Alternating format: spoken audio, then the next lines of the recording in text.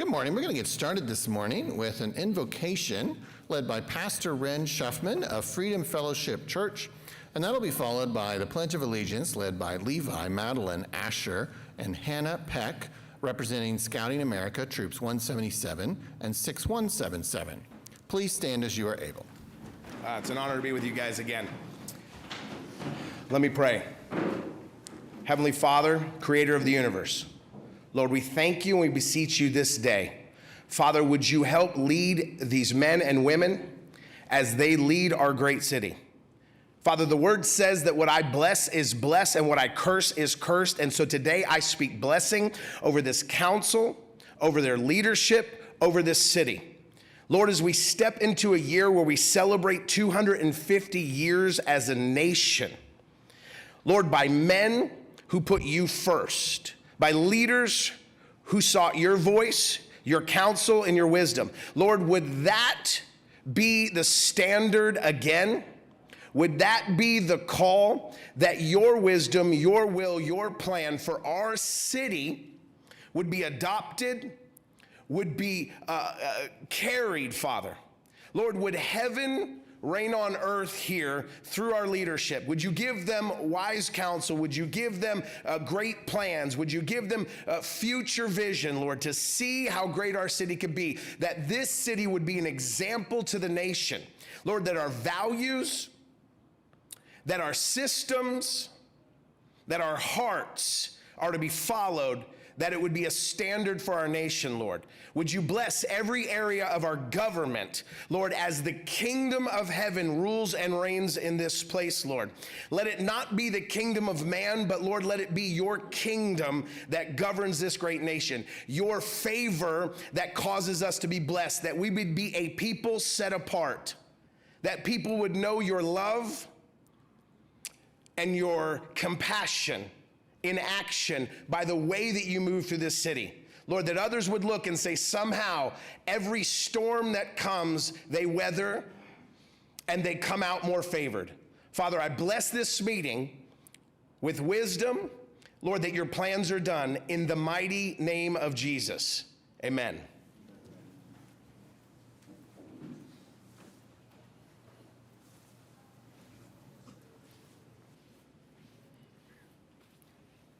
Please join us in the Pledge of Allegiance. I pledge allegiance to the flag of the United States of America and to the republic for which it stands, one nation, under God, indivisible, with liberty and justice for all. You may be seated. Thank you. Thank you, Pastor Shuffman. Thank you, Levi, Madeline, Asher, and Hannah. All right, I call this meeting of the City Council to order, and we have a presentation to make, item 3A under Office of the Mayor, and I'll make my way to the front for that. And Brooklyn, please join me.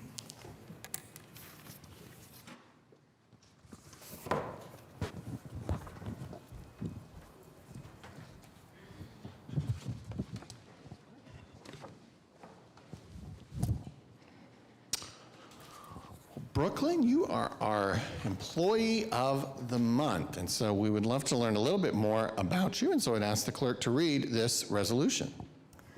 Whereas Brooklyn Rogers has been a city employee for 21 years and serves as administrative specialist for the General Services Department. And whereas Brooklyn consistently demonstrates outstanding teamwork and dedication in supporting the accounts payable team through timely follow-up, thorough research, and dependable assistance on a wide variety of matters.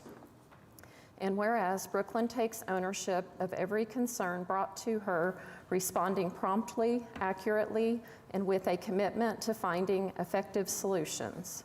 And whereas Brooklyn recently went above and beyond while assisting with a vendor statement by carefully identifying each item in question and determining the appropriate department, providing clarity where documentation was incomplete.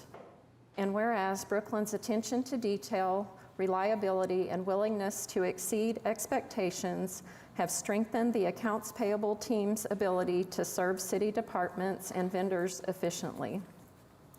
And whereas Brooklyn is widely recognized by her coworkers as a trusted, dependable, and valued team member whose professionalism and positive attitude contribute to the success of the department.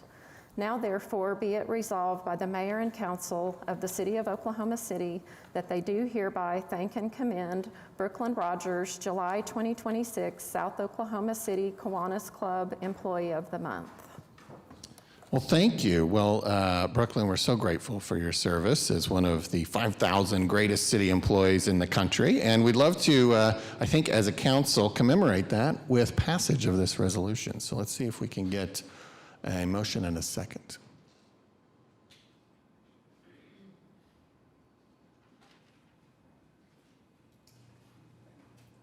Is that coming along? I don't see anything. Is we have a motion and a second? Yes. Okay, I wish to vote aye. Cast your votes.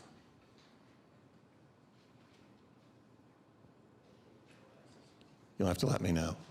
Passed? All right. We're going to take their word for it, Brooklyn. We think it passed.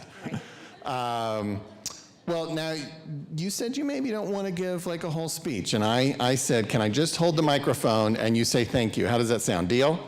Deal. All right. I would. Oh, there's more coming out than just thank you. There you go. You've warmed up. All right, here you go, Brooklyn. Okay. Thank you. I'm so overwhelmed. But thanks for my coworkers. Thanks for showing up for me. Thank you for making it easy to go to work. And I've been in 4 departments and stuff, but I think general services is longest I've been at. So thank you very much. And thanks to Accounts Payable for nominating me or something. And thank you. Awesome. I knew you could do it. Let's hear it for Brooklyn.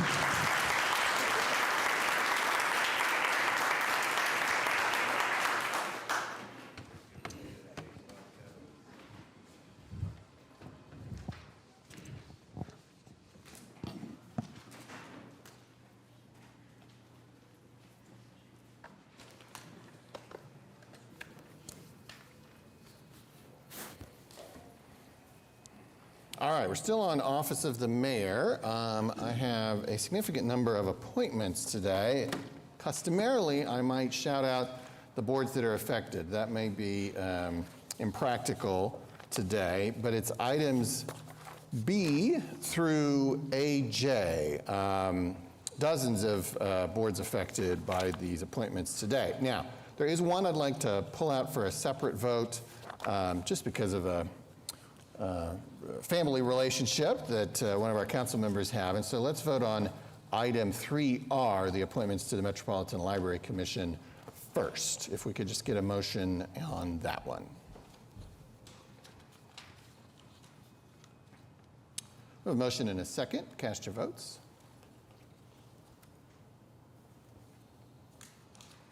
Passes unanimously. Now, the rest, if there are no questions or comments, would be items B through Q and S through AJ as a group.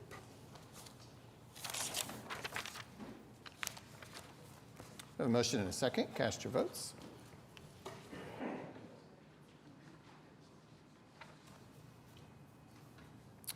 Passes unanimously. And thank you for your contributions to some of these with nominations. And there'll probably be not maybe quite as many, but quite a few coming up on August 18th as well.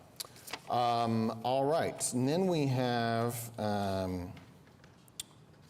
see. Okay, this is for AL. All right. So we have a travel. This is item AK. This is a resolution approving travel expenses for me to attend the LA28 Summer Local Leaders Roundtable meeting in Long Beach on August 20th. We could take a motion on that.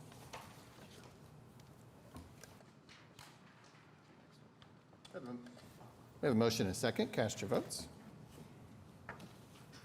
Passes unanimously. And then we have item AL. This is a resolution approving travel expenses for me to attend the 2026 Mayors and Police Chiefs meeting on September 24th, as well as the U.S. Conference of Mayors Fall Leadership Meeting on September 24th through 26th in San Diego. Now, we do have someone who has signed up to speak, Nam Liu.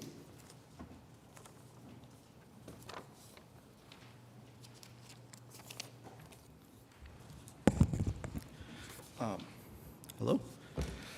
So I actually originally came here for the flock contract renewal, and I know that's been moved, but I also saw this on the agenda. I feel like people there at this conference, there's gonna be a lot of people there, a lot of vendors there that warrant our distrust, right?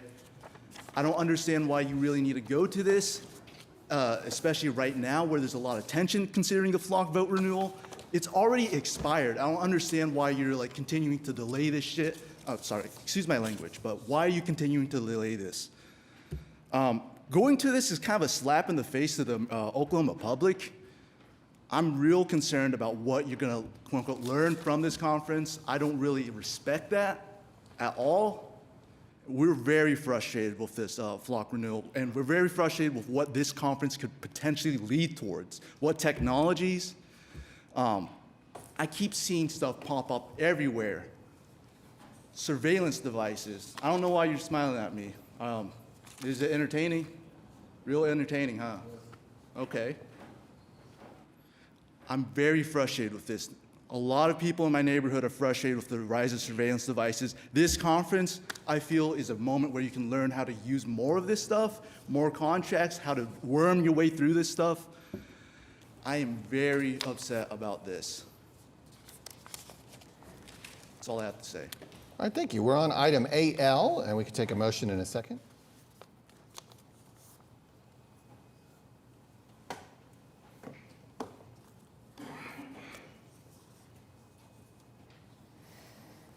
We have a motion and a second. Cast your votes.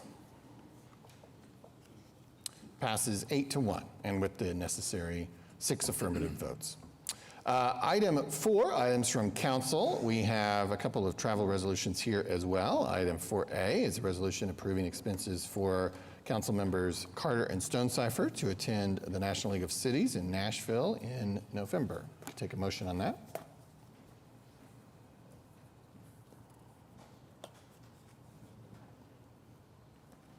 We have a motion and a second. Cast your votes.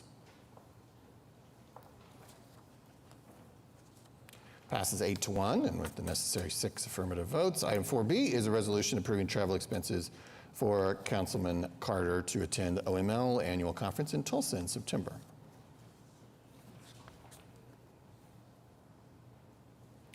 We have a motion and a second. Cast your votes.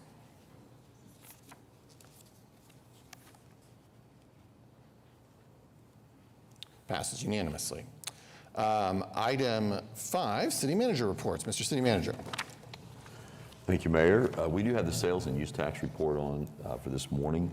This is our first sales tax check for the year, for the fiscal year. Started off very strong. We had 4.8% growth in sales tax.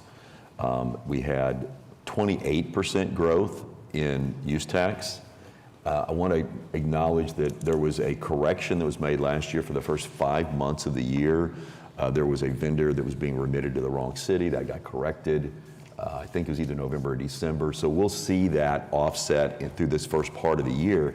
However, even when you adjust for that, it's still 17% growth in use tax.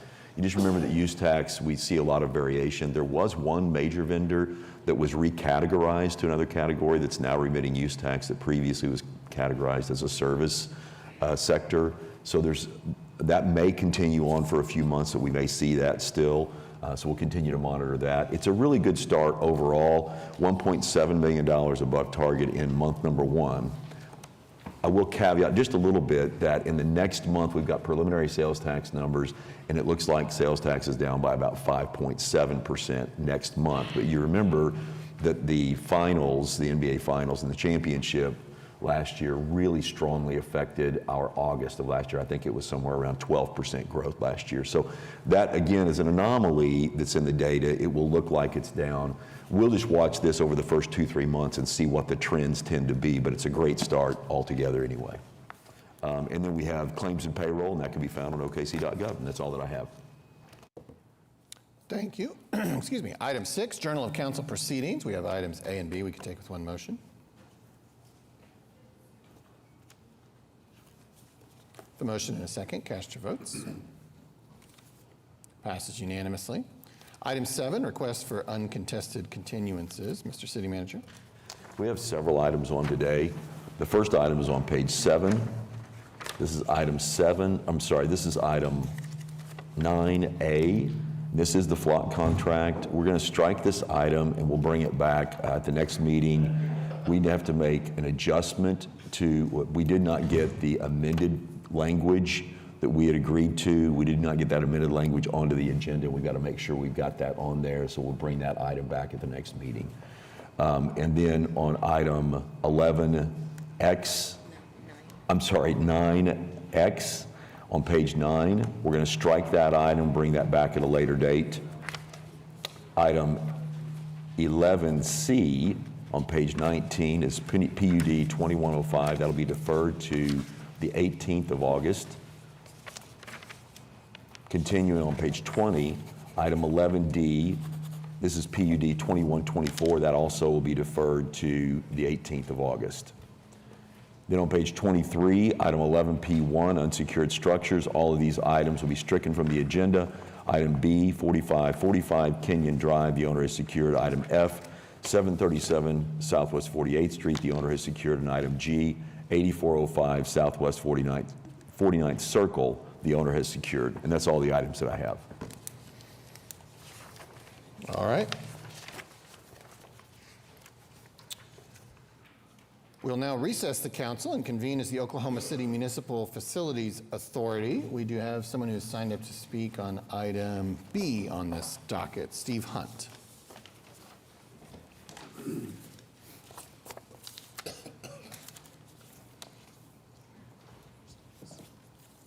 Steve Hunt, 6300 Westbrook. Give me just a second here. I'm a little unprepared today. Okay, so Una Solutions Incorporated for the Una Budget Pro Enterprise Budgeting Platform, a cloud-based software SaaS offering, including software subscriptions, et cetera, $890,000 minimum. A reporter friend about 10 days ago messaged me and said, hey there, do you know of any private equity firms monitoring streets on school buses to find violations and then giving them splitting ticket revenues with municipalities 60-40? I'm like, is that Bus Patrol? And they're like, yeah, that's Bus Patrol. And then we go on and we're like, they're owned by GI Partners Private Equity. And let's see if there's anything else. Okay, fast forward to Friday, I pick up my agenda and then I see Una Solutions, another SaaS that we're given a huge contract to, and I look them up. And they're owned by GI Partners, the people that do Bus Patrol, the flock camera style school bus monitoring thing. And as I read into the contract and the details of Una Solutions Budget Pro Enterprise Budgeting Platform, which is basically a glorified Excel spreadsheet that we give $1 million to, they use the same AI systems that they use with Bus Patrol, which, as I said, is school buses with flock-style cameras on them. And as I dug in more and more to this contract, it was pretty awful. On their website, they brag about it reducing freedom of information requests 50%.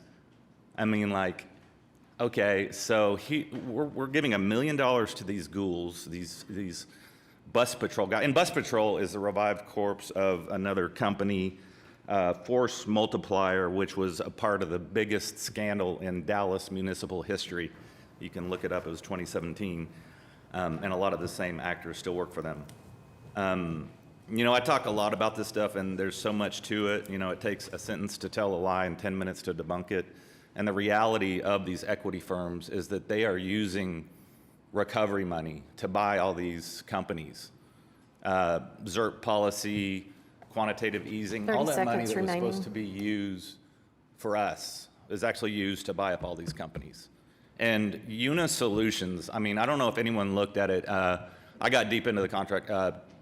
Item 29 in the contract talks about how they cut down on freedom of information requests. Their AI goes through everything and puts things into lockboxes, and if a citizen requests it, there's a 7-day process with the courts.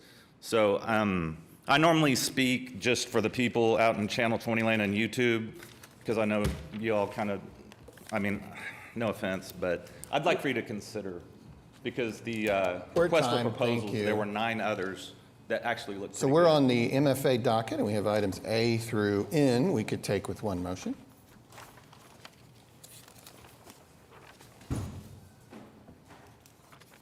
A motion and a second. Cast your votes.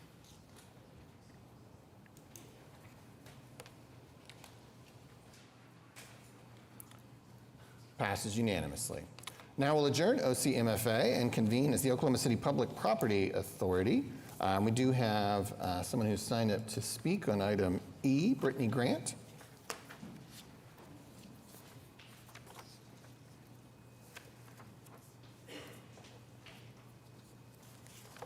Good morning, Council. My name is Brittany Grant. I'm the president of the East End Historic District, and underneath Councilman Kamal Pennington in Ward 7, I just want to continue to thank you for your commitment in investing in our corridor to make it more vibrant and welcoming. And thank you for continuing to be a great partner with us in the Northeast Historic District. Thank you. you, Brittany. On item F, we have Rachel Crawford.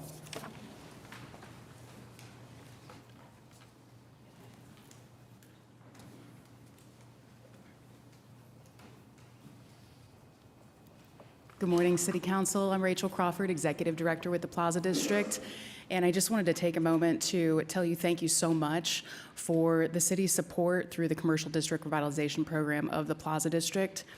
It wasn't too long ago that, maybe a decade ago, the Plaza District had, if we were counting everybody that's even on the outliers, about 20 businesses. Today we have 65 businesses and counting within a 3-block stretch. To my estimates, we've increased market value by about 300% over the last 5 or 6 years. We do an annual report that we survey our business owners and ask them, how many people do you have employed? How are things going? And we have 2 nonprofits that help make all of the work possible for what puts us on the map as a great destination in Oklahoma City. To my estimates, out of those 65 businesses, we generate around 1.7 to 2 million in sales tax revenue. So I just wanted to come here today to personally say thank you so much. This funding has a tremendous impact, helps keep a lot of businesses open because it allows us to do what we do best, which is hosting events and supporting small business owners. So I just wanted to say thank you so much. Any big events coming soon? Yes, actually, next Friday, Skate the Plaza. It's from 5 to 10 p.m. We estimate about 8,000 people will be there. Just in case there are other event organizers wondering how do we do it financially, we've invested about $2,000 in the event to bring 8,000 people to the district, which is a pretty great return. And then if you're free, September 26th, we have Plaza Walls Mural Expo and Plaza District Festival. It's the 27th year, so I invite you all to come and check it out. Thank you. And Rachel, before you leave, I just want to thank you. You have invited me the last few years to the State of the Plaza event that you all host. And this year, I believe, is talking about your annual report. You shared what your annual operating budget is. And I was kind of floored by the amount because of how many events you put on, how much activity you all have generated. Can you share that with everyone here, what your annual operating budget is? Yeah, the annual operating budget, I've got to add it between both nonprofits. We're looking at about $220,000 annual operating budget, and that covers 1 full-time employee, me, and 2 part-time, 1 for marketing assistance and event support, and the other for groundskeeping and maintenance. So we do, on average, most of our block parties we produce for about $500 or $600, which draws in, I don't know, anywhere from 4,000 or 5,000 people for a small one, or 14,000, 15,000 for a large one. Yeah, I just was like floored because I was like, oh, surely they have like $1 million, like they're doing so much. And that, I think that just is a testament to how efficient you all are with and how many volunteers you all engage through your board. Your board is very active from what I understand. And so the ability to really, put on all these events and I think just goes to show how much love people are putting into the district. So Thank you. Yeah. And we are always looking for board members and volunteers. So if you're interested, and maybe sponsorships. Director at plazadistrict.org. May I have 2 notes on that? First, a note of gratitude. I believe it's the anniversary for you recently of several years serving in this role. Yeah, July 29th is 5 years as Executive Director of the Plaza District. Congratulations. I thought I saw something on Instagram like that, so I appreciate your service. On Councilwoman's note, and I believe I've mentioned this before, and so I'm going to ask everyone up here to think a little bit outside the box. You know, there was a time, I want to say 2008, when I was in grad school in Stillwater, and I would come down to visit friends here, and I saw the improvements to the Western Avenue district, the infrastructure improvements that really slowed traffic down enough where people started saying, wait, I'm gonna maybe go to this restaurant, go to this store, right? It was like the Main Street revitalization beginning, right? We're now in a place where we have so many successful commercial districts that are tourist destinations, that are destinations for our own people. And I think my outside the box ask here, building on the numbers we just heard from Rachel and Councilwoman, is I would ask the city to start thinking about what does better investing in the economic vitality when it comes to their budgets, their operating budgets. How many staff did you say? Like paid staff? 3, 2 part-time and 1 full-time. So these 3 paid folk, 2 part-time, right, are putting on events that are getting national recognition. The mural, I mean, good Lord. And I just would want us to start thinking less about the big businesses out there that we could be investing in to bring here, which we have, but what happens when we invest in our main streets all across Oklahoma City, whether it's Capitol Hill, Stockyards, Paseo, Plaza, Uptown, 39th Street, Britton District, Windsor District, and really said that, hey, you all have, I'm so sorry if I left out, I of course know there are more, but that's kind of my point. There are so many successful, thriving districts in our city where we've invested in their infrastructure after decades of disinvestment. And I just would really encourage us to think about, and I'm gonna keep beating the drum, what would, not just throwing money at these districts, but really sitting down with the district leaders and saying, what do you need to ensure that, of course we want volunteers, but we wanna make sure you are viable, sustainable, enduring, because it's a sales tax revenue generator for this city when people are going to the different merchants who took a chance on these districts. And I just think that's very important, especially because what we're doing then is also investing in local people, local workers doing this work from Adventure District out to Stockyard. So that's really a thing I want us to be thinking about, and council as well. I'm so impressed with the work, but I also know I've seen you all stressed, and that's a very human response to the work you're doing, and I just would like to see us think a little bit deeper about that. So thank you again for your 5 years, and thank you for your service. Thank you. Thank you. Now we can proceed to the vote on the PPA agenda, items A through I. We have a motion and a second. Cast your votes.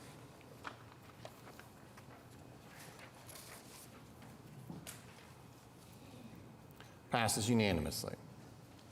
All right, now we'll adjourn OCPPA and reconvene as the council, where we are on item 9, the consent docket. There are no items currently scheduled for a presentation. 2 have been struck, as previously indicated.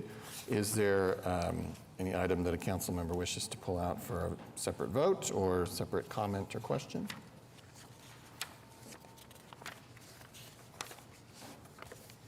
Hearing none, we'll take a motion on the consent docket, items A through CP, or actually B through CP. A was previously struck. We have a motion and a second. Cast your votes. Passes unanimously. Now we're on item 10, the concurrence docket. We have items A through P we could take with one motion.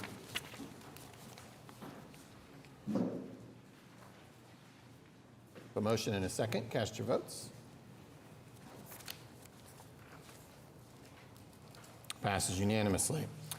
Item 11A, we're on item 11, which is items for individual consideration. Item 11A is an ordinance on final hearing recommended for approval, rezoning 1636 Southwest 35th from R1 to C3. Councilwoman Hammond, no one is signed to speak, and that statement is true for all of the zoning cases today.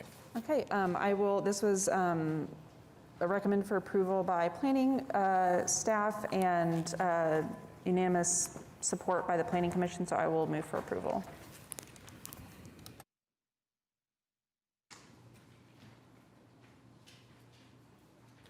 We have a motion and a second. Cast your votes.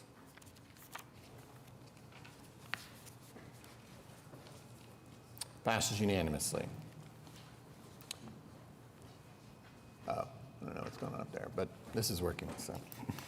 11B is an ordinance on final hearing. It was recommended for approval, rezoning 25 Southwest 50th from SPUD 1448 to R2. Councilman Stone, no one is signed up to speak, although someone has signed up to speak for a much later case, and I will bring that up at that time. But yours is clear. Go ahead. All right. Thank you, Mayor. This is basically a single residential or duplex development over on 50th and Santa Fe. So city nodded for its approval as well as the Planning Commission, so I'll go ahead and move for its approval.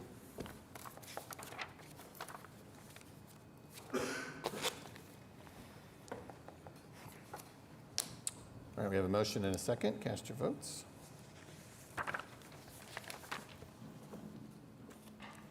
Passes unanimously. Items C and D were previously struck, which brings us to item E. Item E2 is an ordinance on final hearing that was recommended for approval, rezoning 4200 Southwest 29th from I2 and AE2 to PUD 2134 and AE2. Item E1 is an amendment to the master design statement relative to this item. This item was deferred on 3 previous occasions, and Councilwoman Avers, no one is signed to speak. Mark, if you want to present the amendments. Sure. Good morning, Mark Zitzow, Johnson & Associates. Address is 1 East Sheridan Avenue.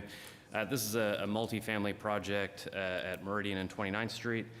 In addition to the amendments that were just noticed, we're going to add 2 additional TEs to the project. The first one is replacing the fencing language, and so just for simplicity, I'll read it in its entirety. No less than an 8-foot high site-proof fence shall be required along the east, west, and south boundary PUD boundaries and shall not be required along Southwest 29th. Said site-proof screen should be a horizontal aluminum fence and shall be reviewed at the specific plan stage. The second TE that our client agreed to would be notifications requiring nearby industrial operations will be included in leasing documents. Happy to answer any questions. Thank you. So this is a development that had required a comp plan amendment, so we added some TEs to address potential compatibility issues, both for the new residents as well as the existing neighbors. And do I need to make a motion to amend and then do a motion to approve? Okay, so I'd like to make a motion to accept the amendments as read by Mark. I'm sorry. What was the statement? Motion to amend the TEs as read by the applicant. Okay, so this is in addition to E1, right? This is yes. Okay. All right. We've got that motion. Why don't we bring it up for a virtual motion? And I don't know, is that what's showing on the other side as well? Okay. So if I could get a second. Oh, we're not working either. Okay. All right, so we need a verbal second. We've got a verbal motion. And then you said we can raise hands on the votes? Yes. Okay. All right, so all in favor of the amendment just moved, please raise your hand. Okay. It's self-evident that all hands were raised, so I won't even call for a nay. Passes unanimously, and that leaves us with the a motion to approve. You want to do E1, the amendment to the master design statement? Or was Do that? I have to do them separately? I don't know. I wasn't clear if that was. I got the impression that was a different amendment, what you just proposed, so that you still want the amendment to the master design Yes, statement? sir. Okay. Thank you. All right, so this is, so we have a motion. Is there a second for E1? Second. All right, we have a motion and a second. All in favor, raise your hand. All right, all unanimous, passes unanimously. Now we're on E2. Do you wish to make a motion for that, Councilwoman Avers? Yes, motion to approve, please. All right. We have a motion and a second. All in favor of item E2, raise your hand. All right, passes unanimously. Okay, working so far. Item F is an ordinance on final hearing that was recommended for approval, rezoning 10324 Southwest 29th from R1 to PUD 2143. Councilwoman Avers, no one is signed up to speak. Yep, thank you. This was excellently coordinated in advance of application, so motion to approve. I'm sorry, did you say you move it? Motion to approve, All yes. right. Is there a second? Second. Got a motion and a second. All in favor, raise your hand. Passes unanimously. Item G is an ordinance on final hearing that was recommended for approval, rezoning 2844 Lancaster Lane from R1 to SPD 1816. Councilman Cooper, no one is signed to speak. Yes, but the applicant is here, right? I would like to have a bit of a public understanding of this rezoning, please. Good morning, David Box, 525 Northwest 11th Street. Here on behalf of the applicant, this is one that we actually went to Planning Commission twice. My client, during the pendency of this application, was able to acquire the balance of the land to square this off. So worked extensively with Commissioner Powers on this. It's really, if you think of May Avenue north of 63rd Street, this is really the last piece of non-commercial property. So we've limited uses, we have limited impacts through speaker box separation, landscape buffers, and building setbacks. There was no protest and was recommended for approval unanimously by Planning Commission. Can we go back to that screen, please? Okay.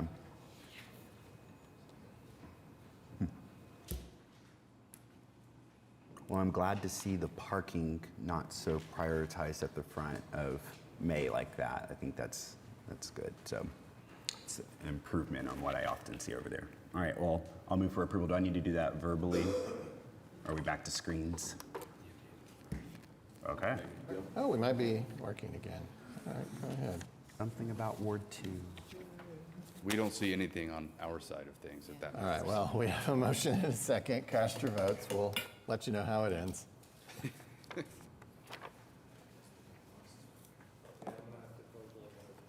Okay.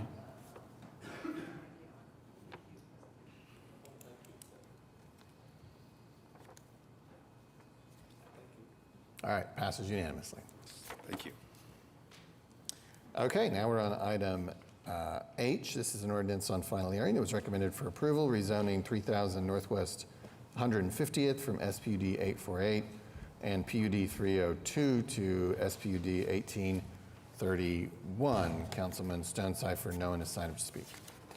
Planning approved. I'm aware of no protesters, so at this time I'd move for approval. And by the way, Your Honor, on the next item, I'm going to have to recuse on behalf of my firm. Okay.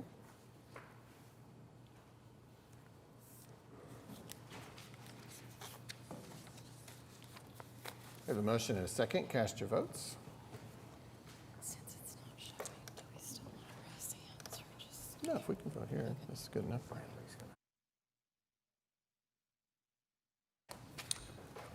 Passes unanimously.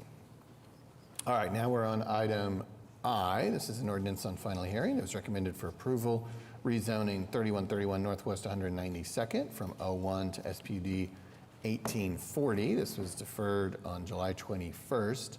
And Councilman Carter, I understand you will handle this item, and no one has signed up. Actually, Yes, sir. scratch that. Tom Bowling has signed up to speak. I don't know his status with this project. Are you the applicant? Are you the applicant? No. Oh, okay. He's the one that you just called. Yeah. Yeah. But I mean, are you, Tom Bowling, Yes, are you sir. the applicant or are you protesting? I'm protesting. Oh, okay. So maybe we want to hear from the applicant first. Since he's here, let's listen to him Okay. first. David will go with you next. All right. Am I up here too early? Go ahead. You Good. have 3 minutes. Trying to see the picture come up, and you got a picture of the Maybe. Okay, what I should have done, since I don't know what I'm doing, I guess you could say, we've got a development going on the west side of the property, and we're protesting this because when we started building these homes right across the fence to the west, they're nicer homes, high energy efficient, and now all of a sudden, here they're coming in with these two-story duplexes that was going to be two-story office buildings. People that won't have no privacy at night for the swimming pool.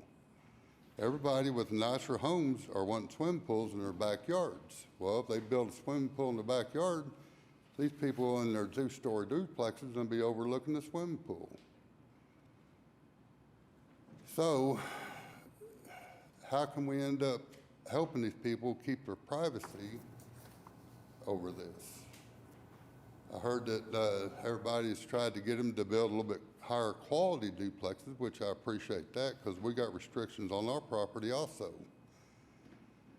If there's any way we can keep the duplexes from having windows on the west side of the building, or even ask them to put in a taller fence, you know, we can't stop people from building what the city allows them to build, but we've already got 5 homes being built, or already built in this area, trying to sell them, and now we end up having the two-story duplexes come in. Who's going to want to buy them?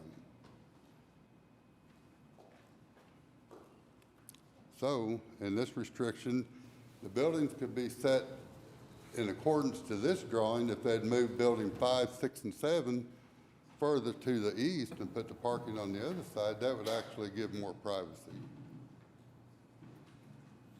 You know, building 8 and 9 is not so much of a problem, but yet again, I don't know if the visual will end up coming into the backyards of the buildings.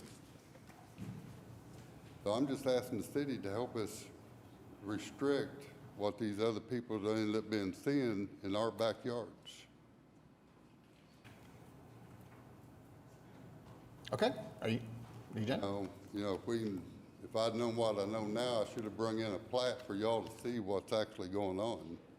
I don't know if we can put this off for another month to the next meeting and I end up getting a better drawing for you so you can see what's going on, or what can we do here?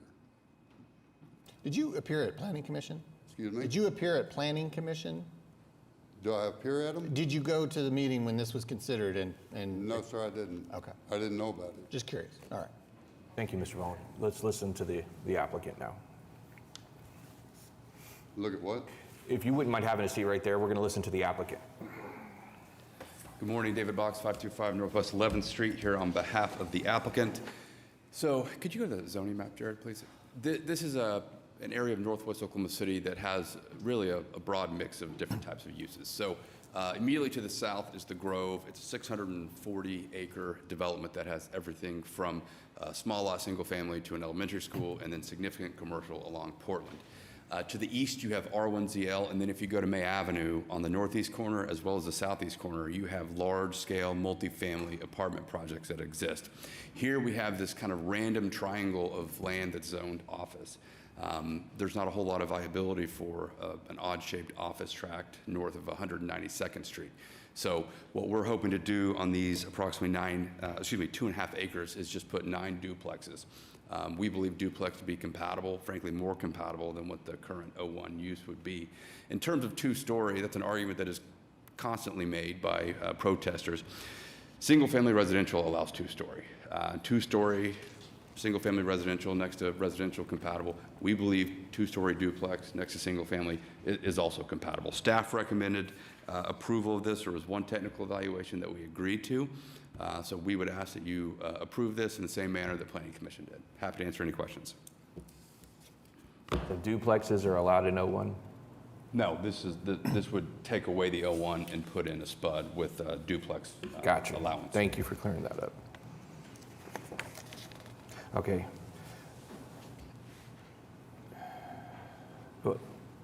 And what's the TE? I'm sorry, I was just handed this morning, so I'm wanting to kind of double check. Yeah, so the TE dealt with the dumpster location. if we had dumpsters. And then TE2 was added by Planning Commission to increase the architectural standards within the SPUD, which I think is significant. Base zoning, as it relates to residential, has no architectural standards. So we, through Planning Commission and the TE and now the SPUD, have heightened architectural standards from what would be required under traditional R1 or R2. Okay. So with recommendation from staff as well as Planning Commission, then we're going to go ahead and let this move us forward and move for approval.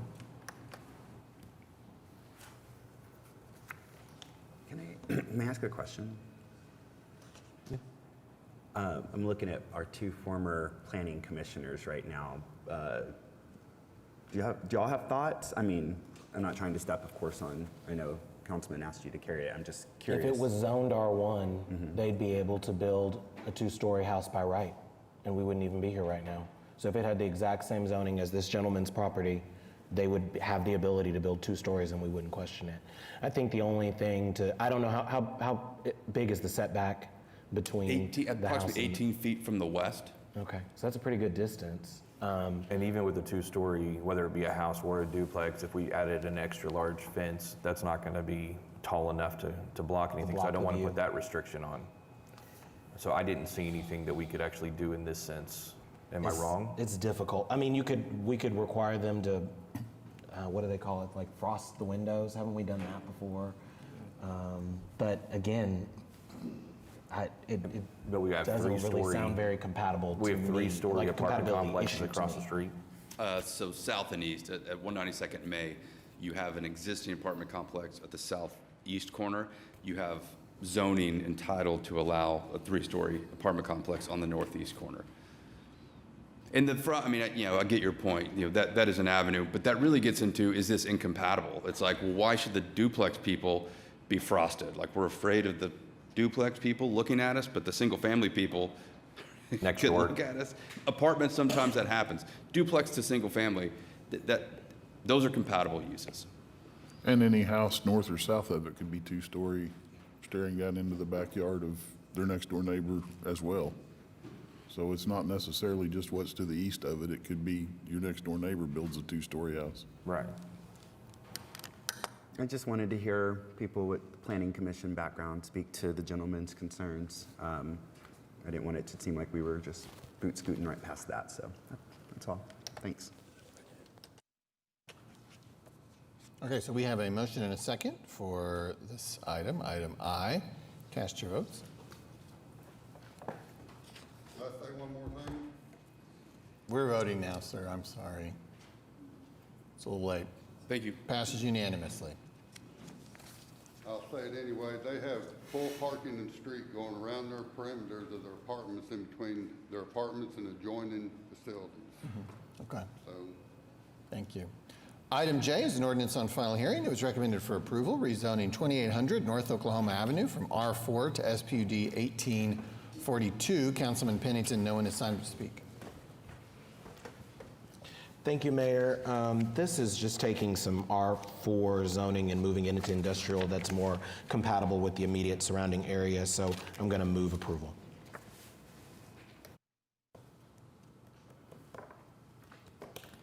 We have a motion and a second. Cast your votes.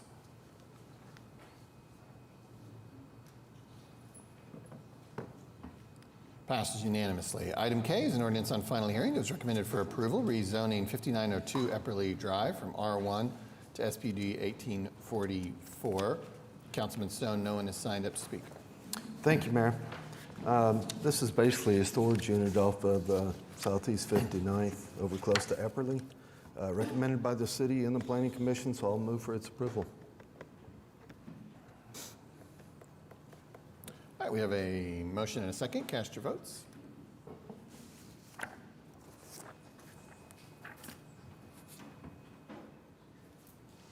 Passes unanimously. Item L is an ordinance on final hearing. It was recommended for approval, establishing a special permit to operate use unit 8300.33 drinking establishment in the I-2 and DP overlay districts at 500 Southwestern. Councilwoman Hammond is not here. Okay, well, maybe we'll table that for a moment, see if she returns. Item M is an ordinance on final hearing, recommended for approval, closing a portion of a north-south utility easement on Lot 1 in Block 7 of the Lakes at Annecy Phase 1. Councilman Stone-Cipher.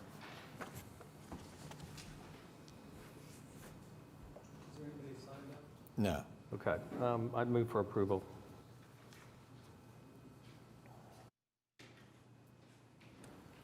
I have a motion and a second. Cast your votes.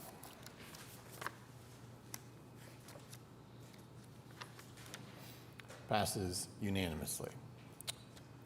All right. Item 11N is an ordinance to be introduced and set for a final hearing on September 1st.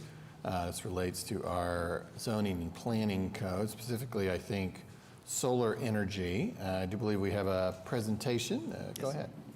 T.O. Bowman with the Sustainability Office. This adds definitions and use regulations, accessory use regulations for solar energy systems. Presently, we don't have a definition, and it requires applicants to seek a variance in design districts. So UDC, DDC, and Planning Commission all recommended unanimous approval, and so I'll be happy to answer any questions. Seeing no questions, thank you, T.O. I think we could probably proceed with introduction, if there's a motion. With a motion and a second, cast your votes.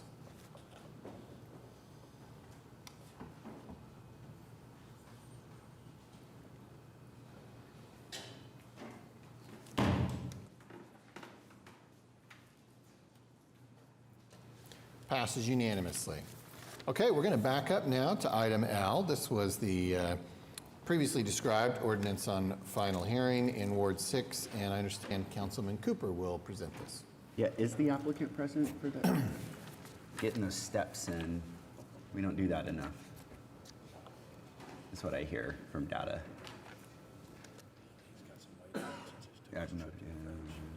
Good morning, David Box, 525 Northwest 11th Street. Here on behalf of the applicant, this is to allow for the use unit necessary for a bar, as well as the necessary provisions for the outdoor food truck.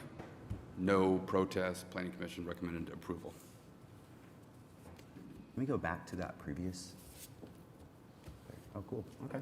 Well, I've been asked to move this forward, and I shall.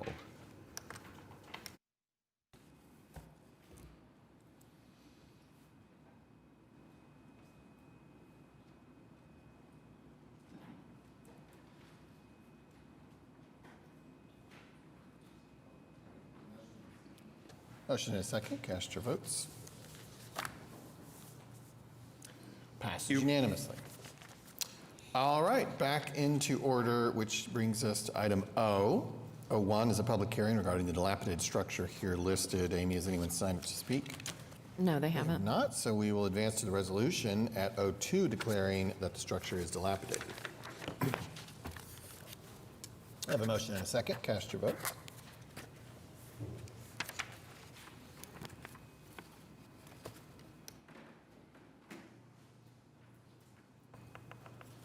Passes unanimously.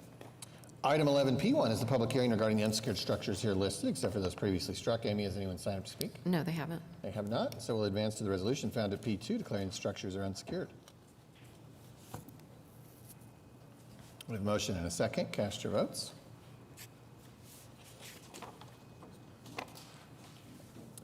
Passes unanimously. Q1 is the public hearing regarding the abandoned building here listed. Amy, has anyone signed up to speak? No, they haven't. They have not, so we'll advance to the resolution at Q2 declaring that the building is abandoned.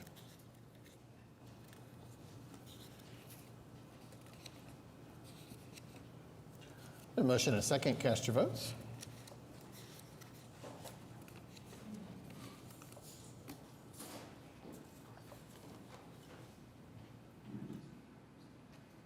Councilwoman Avers, if you go ahead. Thanks.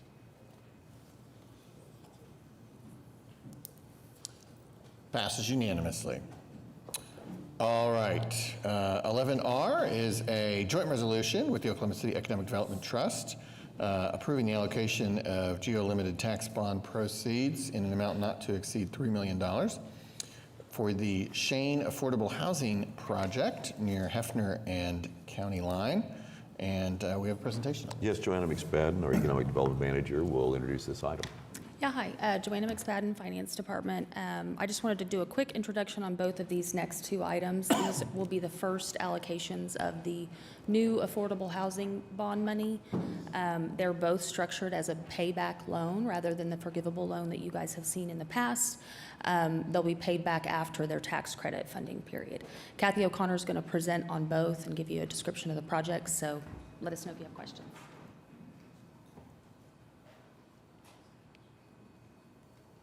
Thank you. I'm Kathy O'Connor with the Coalign Group, and I'm here on behalf of the Dominium Development Group today to talk to you about the Shane Affordable Housing Project.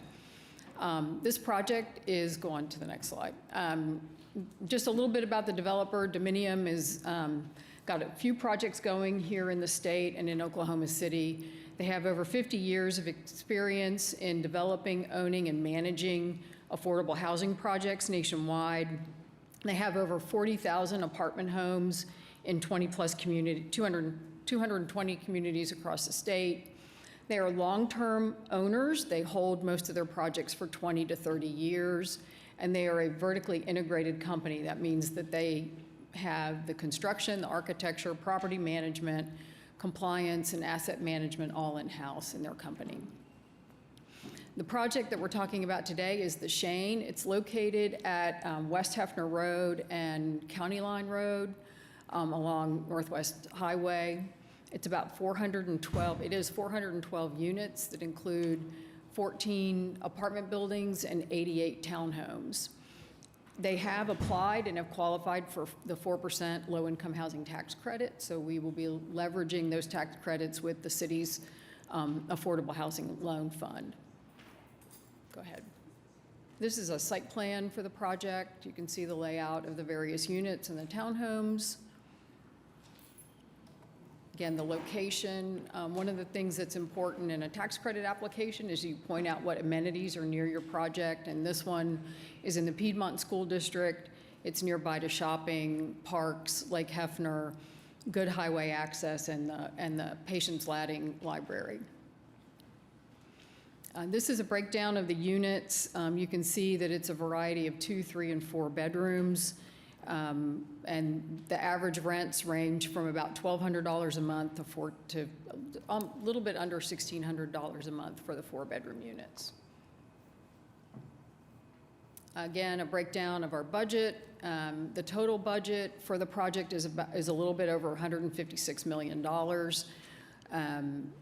That comes out to a per unit cost, which is kind of amazing, of $379,000 a unit. But these projects typically have some soft costs and things that are not commonly found in regular apartment projects.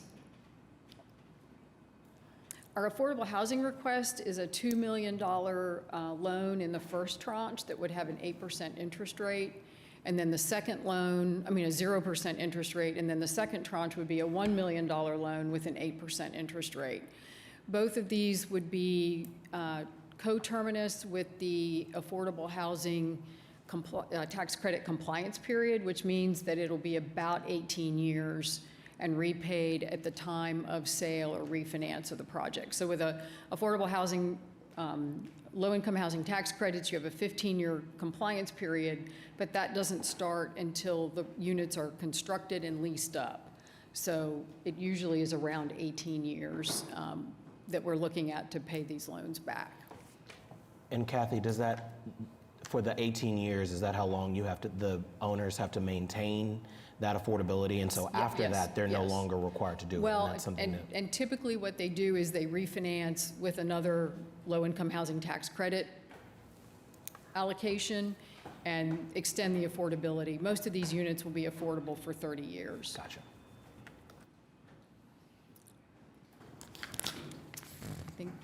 Kathy, so is the term loan, is that whenever it's paid back in full, or is it a lump sum in 18 years? There are interest payments that are made during the term of the loan on the 8% interest rate tranche of it, but the principal and any remaining interest would be paid at the end of the term. Well, I like the approach that's being taken with this administration so that it can really reinvest and create essentially a cycling fund. Is that the intent? Yeah, yes, I think that's the city's intent. Yes. Any other questions? Well, I guess I could make it as a question. Can you help me understand this location, like why the developer chose Hefner and County Line? Well, because it's a good location for schools. It's in a very good school district. The property was already zoned multifamily and on the market for purchase. So I think that had a lot to do with how they selected it. And JT Marting is here with the developer. He may be able to help me with this, but I believe it's also in what's called a QCT. So it's in a qualified census tract for the program. So it scores better when you go through OFA for the tax credit process. I'm happy to provide some additional context there, and it's a good question, something I appreciate when people ask. My name is JT Marting. I work with Dominium. We're a multifamily developer based out of Dallas and have a couple other projects going on in Oklahoma City, so it's somewhere we're really invested in and really appreciate coming up to. In regards to your question, I think that there's a couple of pieces. You know, Kathy mentioned first how the project was zoned for multifamily, which is kind of the first thing. You know, it's a project that we can get done, but from a demographic standpoint, Dominium, we've been around for 50 years, and we're really concerned about the longevity of our assets. And so a lot of developers will typically develop, especially in the affordable housing space, develop somewhere where they can make a bunch of money of a developer fee and then kind of just walk off and not really like keep up with the asset over time with a lot of deferred maintenance and just kind of some of the problems that come to your mind when you hear the word affordable housing. And something about Dominium that's a little unique is we like to develop in communities that otherwise our residents wouldn't be able to afford to live in. And so from our research in this area, our rent would save the residents about $300 a month. And so there's not really other options to live in this side of town in the Piedmont School District, in these larger townhomes that we're building on part of the site, anywhere in town. And then also just the connectivity to the interstate, the ability to get through the whole metro pretty quickly is important to us. Like 400 units is a lot of apartments that we're all aware of. And so the ability to be able to, you know, get down to the southwest corner into the industrial pocket, but also, you know, traverse the metro pretty easily is another selling point. The main summary is just that the demographics in this area are really strong. There's a lot of single-family homes being developed to our north.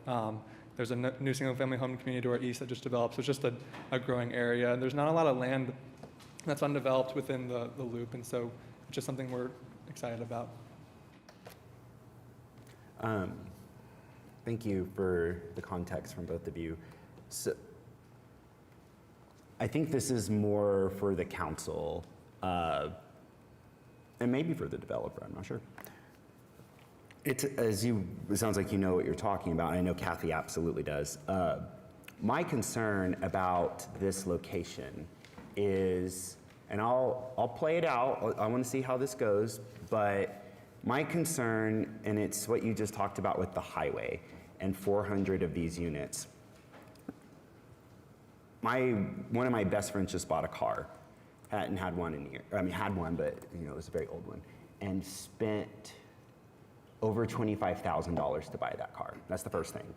We also know annually it's about $12,000 maintenance and gas. When you're talking about the median income for Oklahoma City residents being $37,000 a year, that's why we need the affordable housing, right? And I appreciate the 60% of AMI. I think that's great, right? Because we're going to be able to get to that demographic. But when we build that affordable housing outside of a city's public transportation system, we are putting on to that individual or family transportation cost annually. I just last week, oil change, coolant flush, cabin air filter, $350. Just poof, gone. And that's just for that. That's not the Iran war gas prices. I'm guessing the war will end at some point. But even before the war, these transportation data costs are what they are. They are what they are. And that is my concern about this location. So again, I'm willing to hear, like, okay, let's do this because the school district, I think you make a arguably persuasive case there. But there are, in fact, other parts of Oklahoma City, particularly in the urban core, from 240 to 35 to 44 to Memorial, and quite frankly, I'd come down to Expressway, where we have a public transportation system, where we have the ability to do something called transit-oriented development. That is not my phrase. That is something I have learned serving on the Central Oklahoma Transportation and Parking Authority since 2015. And if we are really serious about infill, affordable housing, mixed-use development, and transportation-oriented development, we've got to start thinking a little bit more cleverly about where we're, not just cleverly, intentionally about these affordable housing projects. I'm going to say yes, but I'm not going to keep saying yes if we keep doing this. If we keep sprawling ourselves out with affordable housing, because and I'm seeing some people not understanding what I'm saying, so I don't know when the last time it was you made $37,000 a year. We cannot keep building housing, especially, quote, affordable housing, away from public transportation. We can't do it. So I'm just, and let me go this far. If someone thinks I'm wrong from this horseshoe, bring the data and the research. Bring it. Bring it. Show this council that what I am saying is incorrect. Show us. Because I promise you, I could bring Jason Fairbrush up here, Jesse Rush, I could bring the RTA board. We're making some great investments in public transit and affordable housing, and I would encourage you as a developer to help us in that regard. Kathy, you too. And council, like I said, if you're having a problem with what I am saying, then bring me the counter data. So, and I need for Bradley to be able to have this stuff out there for the reasons you said, that there are too many families who can't afford to move out there. But okay. On that, I'll take that as a segue. I don't think that you're wrong in what you're saying, but I think that the definition for who qualifies for affordable housing has expanded a lot, especially in the last 12 to 18 months. So I do think something like this is needed in my ward. I have to agree with him wholeheartedly when it comes to the fact that we don't have public transportation in that area. I want to say public transportation stops about 1.5 miles from this corner, Council Northwest Expressway. So that's something that we'll have to take up with our transit on that. A couple questions that I do have for you, though, is what is your, what's going to keep you from selling this and it becoming not affordable housing? Yeah, it's a good question, and something that was mentioned earlier. So the project will actually be restricted to these rent levels for 30 years. Dominium, as we mentioned earlier, we've been in the business for 50 years. We've been developing new construction LIHTC communities since probably 2010, and we've never sold one of them before. So just through our track record, we don't historically sell these. And Oklahoma City, it's not just another project to us. Like, this is what I think about all day, and somewhere that I'm really excited to be invested in. I guess the simplest way to answer your question is that we're restricted to do this for 30 years, but the, I guess, more nuanced answer is that Dominium does this across the country and has done this for the last 15 or 20 years, not selling any of these projects. When you say you're restricted from doing this for 30 years, if I read the slide correctly, I mean, I understand what the loans, the agreements and what such, but what I read, I thought it said, if you were to sell, you would have to pay everything back in one lump sum at that point. But it doesn't say anything about the fact that the person purchasing it would have to maintain affordable housing. So we signed a land use restriction agreement with the Oklahoma Housing Finance Agency. Are we about to explode? Something's about to happen. Sorry to interrupt you. No worries. Okay. We signed a land use restriction agreement with the Oklahoma Housing Finance Agency where it restricts the project to this rent level for 30 years when we close on our financing. And so that stays in place and has priority over our loan and has priority to stay on the land. It's like connected to the land for 30 years. So even if it's paid off, that restriction's tied to the land for 30 years. Correct. So whoever buys it understands that and is going to be held to those standards. What Kathy was saying earlier is what will likely happen after 15 years is Dominium will refinance or we'll have some sort of value event internally, and then we will rehab the property and extend we'll extend the affordability again for another 30 years at that point. So Okay, that helps me on this one. Just, I want to also make sure that we have that kind of put out in layman's terms. The other question I have for you is, what is your time frame of development? And I'm going to explain this to you, and the reason I'm asking this is I have a lot of pressure from the Piedmont School District to not develop. They haven't approved a bond in almost 2 years now. They haven't been able to build buildings. They can't even take care of their roads. They're having a lot of issues with different aspects. So the more we build and put kids in their school, the more problems they continue to have, which trickles down to problems with children learning, development, yada, yada, yada. So I just need to see what our time frame is for this. Yeah, so we would plan to start construction this year and probably the end of October.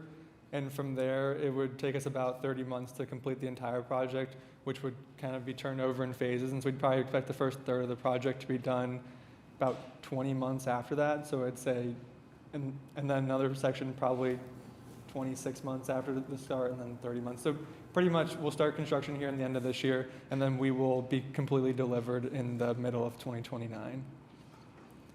Okay, so 3 years, Yeah, just under 3 years. You'll have 400 and something units completed. Correct. Okay, thank you very much. Relatedly, you know, a school district that just passed a bond and is doing all kinds of improvement is Oklahoma City Public Schools. They're building flex spaces for career tech training on campus. So I'd love to see you back here. It sounds like your mind and your heart are heading in some places where I think there's some good collaboration in the future, but I appreciate your questions, and as someone who thinks about affordable housing all day, I do not disagree with anything you said with the trans. I appreciate you bringing it up. it's encouraging. Thank you. Sadly, in reality, Ward 4, Ward 5, most of Ward 8, a lot of Ward 7 are way underserved by public transit. So you're limiting where affordable housing can be built based on public transit. I mean, and I know you're licking your lips there. Oh, I am. But it's the reality of it. Until public transit gets better, we can't stymie affordable housing being built other places, just forcing a public transit hand. Okay. No, hang on. No. No. Beep, beep, beep, beep, beep, beep. It's called regulating one's emotions and not just responding. Well, okay, so go ahead. This is important. This is something that voters just approved in October, this $50 million, for the first time in our history, investment in affordable housing. And the council member's not wrong. We have, for all of these years, we did not even have Sunday bus service, as you all recall, until 2018. For all of these decades, the buses did not run on days that people go to places of worship, when they go to grocery stores, to see their families, et cetera, et cetera, et cetera. We did not prioritize public transportation, and that is why Ward 4 and Ward 7 and Ward 5 and Ward 8 are not served by public transportation. It's not by my hand.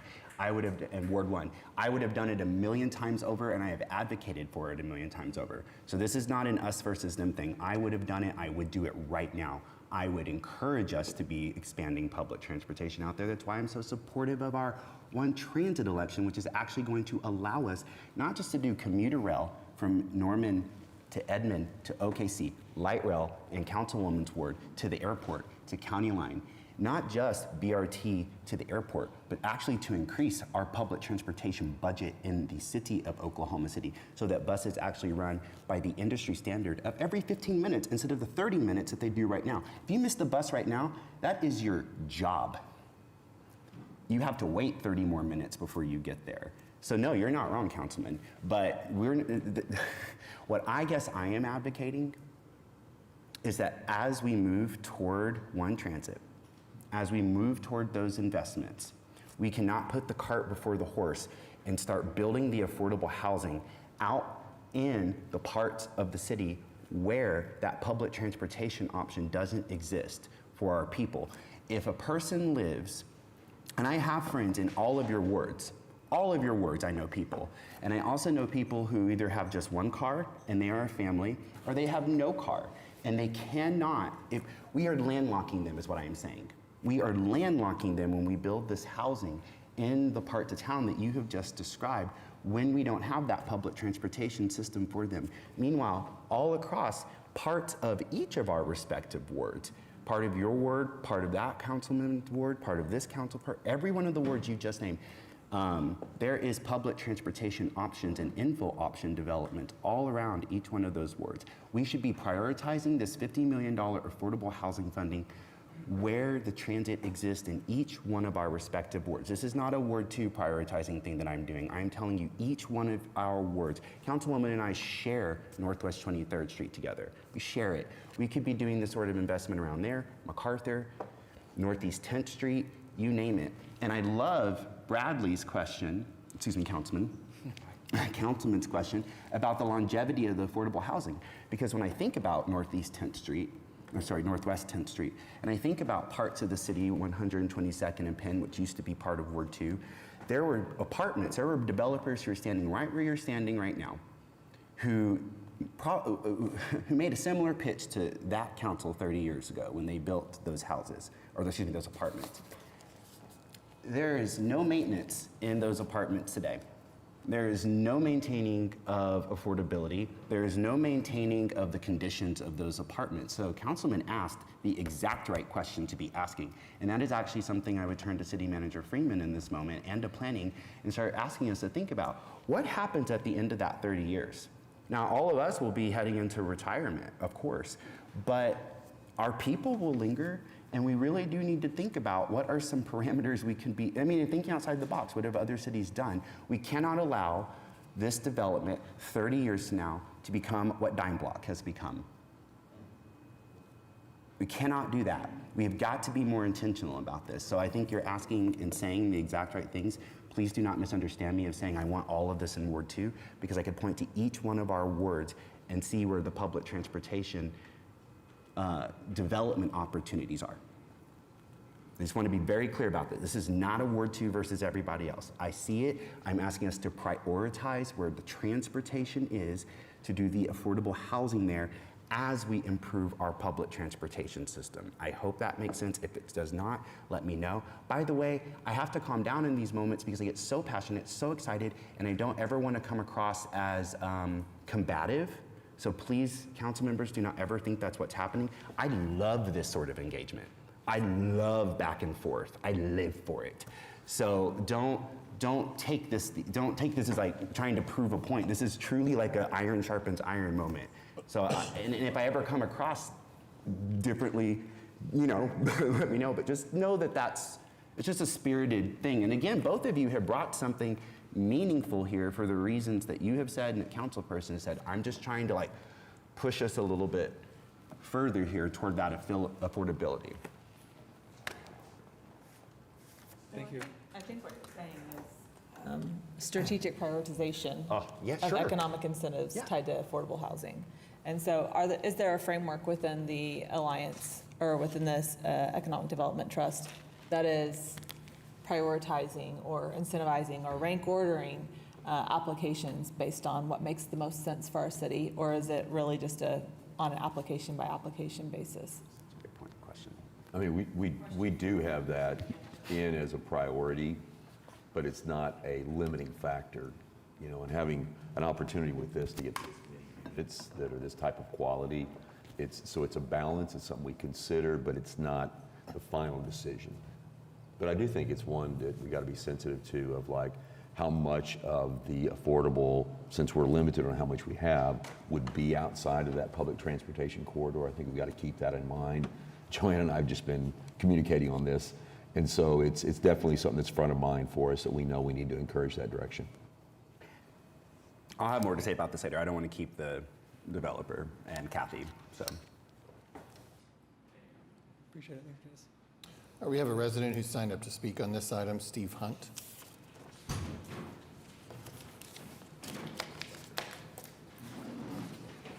I'm going to be real brief because I misread what I saw on here. I think I saw the Oklahoma City Economic Development Trust on there, and remembering the words of Oscar Wilde about the people who cause the need for things and then give us the solutions, so it kind of triggered me a little bit. And then I saw Cruella was here, so it kind of, all right.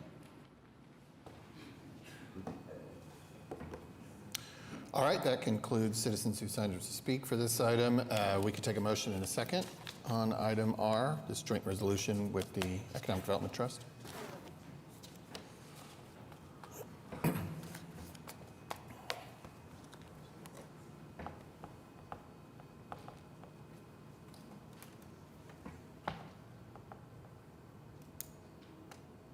All right, well, we have a motion and a second. Cast your votes if you have the ability. I would like to vote aye.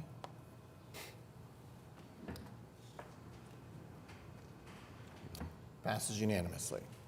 All right, item S is a joint resolution with the Oklahoma City Economic Development Trust approving the allocation of bond proceeds in an amount not to exceed $2 million for the Villas at Stone Lake Affordable Housing Project. It's 7404 Lyrewood Lane.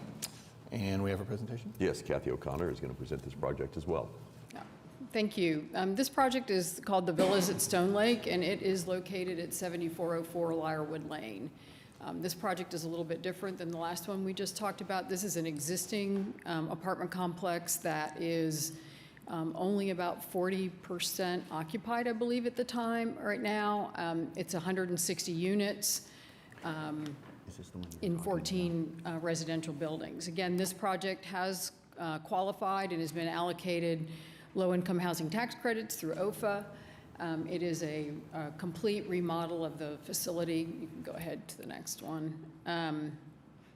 This is the location of the project at about 63rd and MacArthur, again in that Lyrewood Lane area where there are quite a few apartment complexes, and some of them are in need of rehabilitation like this one. Again, as I mentioned, this is a complete renovation of the project, everything from site improvements to the exterior, the complete interior overhaul of every unit, all the electrical, plumbing, fixtures, everything in it. All of LIHTC projects have to have ADA accessibility requirements, so those will also be added to the project.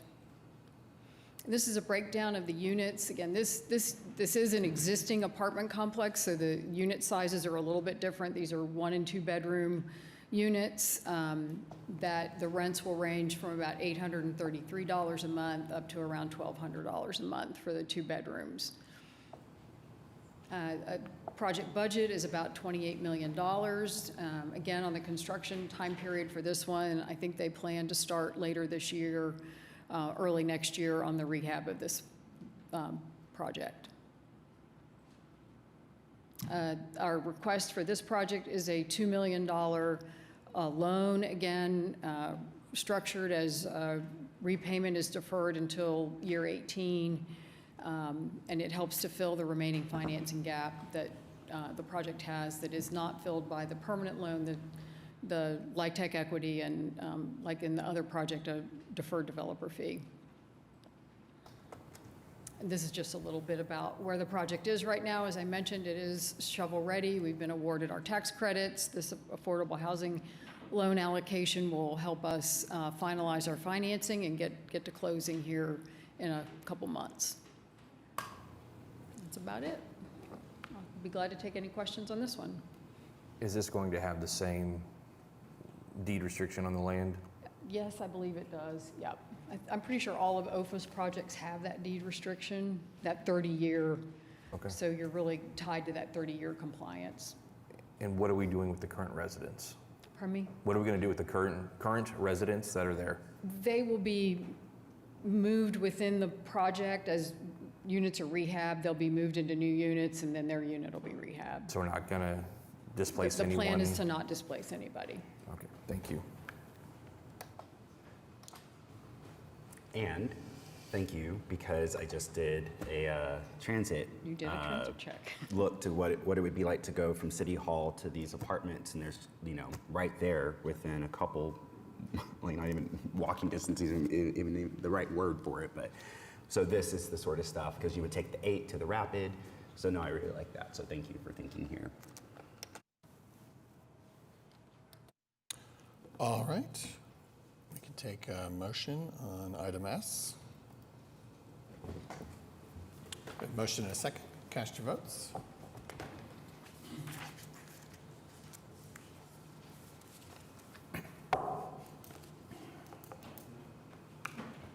Passes unanimously. Thanks, Kathy. All right, item T is a joint resolution with the Oklahoma City Economic Development Trust certifying that Project Slate, a proposed slate of 3 app distributed digital productions, is an eligible project under the Strategic Investment Program's Film Incentive Program. This allocation would not exceed $57,138, and we have a presentation. Yes, Jill Simpson with the Oklahoma City Film Office. will make Good the presentation. morning, council members. For the first time, I'm bringing you a slate of projects. And as a reminder, for slates, the requirements are different. So for an episodic, single episode for a TV show is $100,000.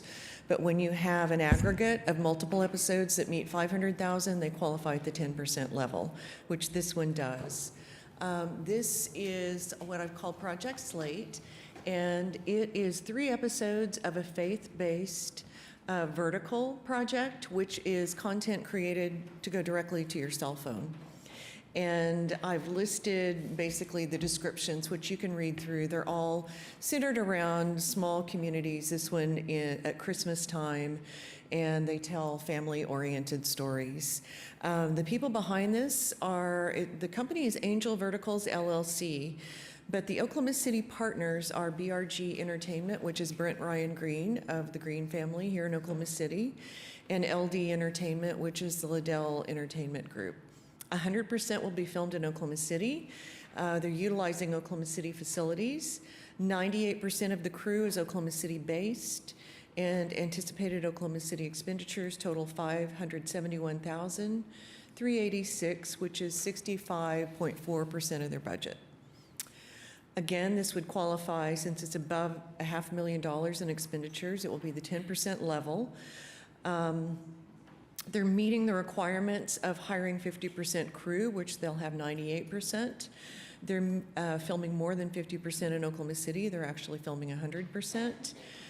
They will be hiring 71% of local vendors, meeting the 50% requirement. They've been pre-qualified by the state of Oklahoma, and they're using Filmmakers Ranch and possibly One Set Studio in downtown Oklahoma City. So I'm recommending the full 10%, which is $57,138. I want to add that they could be potentially bringing a lot more of these to Oklahoma City, which is great training for our crew. They're hiring 53 people, and over 21 days, that equals 1,113 work days, 98% resident crew. Qualifying labor income, $277,155. And just a snapshot, 100% filming days, 98% local crew, 71% of vendors. Total economic impact is $1.3 million for this project. Jobs supported, direct and indirect, are 70. Local labor income, $533,468. So their qualifying expenditures of $571,386 break down to taxable expenditures, goods and services of $113,522, below the line crew salaries and per diem $203,721, and above the line salary and per diem at $73,554, which comes under the 25% cap. Any questions? Can I just add a note to you guys? Sure. Copperhead is here on the ground. They love it here. They are so happy, so thank you guys for making it happen. Thanks, Jill. All right, we can take a motion on item T.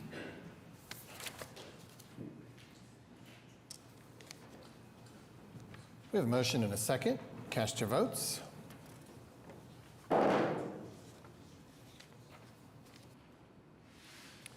Passes unanimously. All right, item 11U are claims recommended for denial. We have items A and B, and executive session is not requested.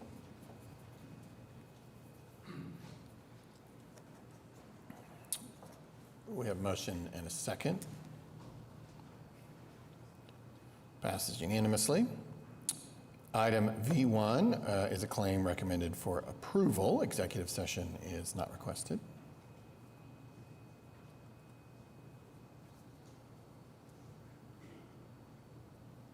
We have a motion and a second. Cast your votes. Passes unanimously. That concludes votes for the day. We're now at item 12, comments from council, Ward 1, Ward 2. Yes. A few things. First, city manager, or maybe it's for Amy. And it doesn't have to be this meeting. Maybe it could be the next one. But something that's been on my mind for a long time, but then over the weekend really accelerated. It could be brief, but I would like for the public to hear a walkthrough of not the agenda items, but the agenda categories. Like, what is concurrence? What is consent? What is items for individual consideration? Like I just don't think, I know for a fact, as someone who, until I served on this body, I had no idea what each of those terms were. So for instance, not even just those items, but the Municipal Facilities Authority, or, PPA. I just think it just a brief, like, this is what this is why items go here, this is what this is why items go here. And then that's something I can clip and I can put on social media, and it can serve as a public education moment. And I've been thinking about that for a really long time, but whoever needs to do that, I think it would sound better coming from two figures of authority in the way that you all are than it would even from a council member. Maybe next meeting would be a good time to do that, but so thank you for that. And then a question before I have some comments. We had some council members who went on a trip recently to Salt Lake City, and I was just curious how your trip went for the One Transit. How'd it go? It was all right. It's all right. Well, on that note,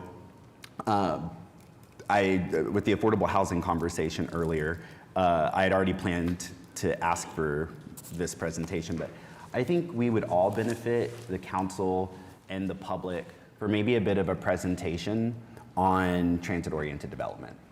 I think that would go a long way to helping people understand why we need to be strategic about, I loved your language earlier, Councilwoman, just like being strategic about our investments. Where are opportunities in this city to do that sort of transit-oriented investment, whether it's the MAPS 4 South Side bus rapid transits that are coming, the Northeast Side bus rapid transits that are coming, the current BRT on Classen and Expressway, right?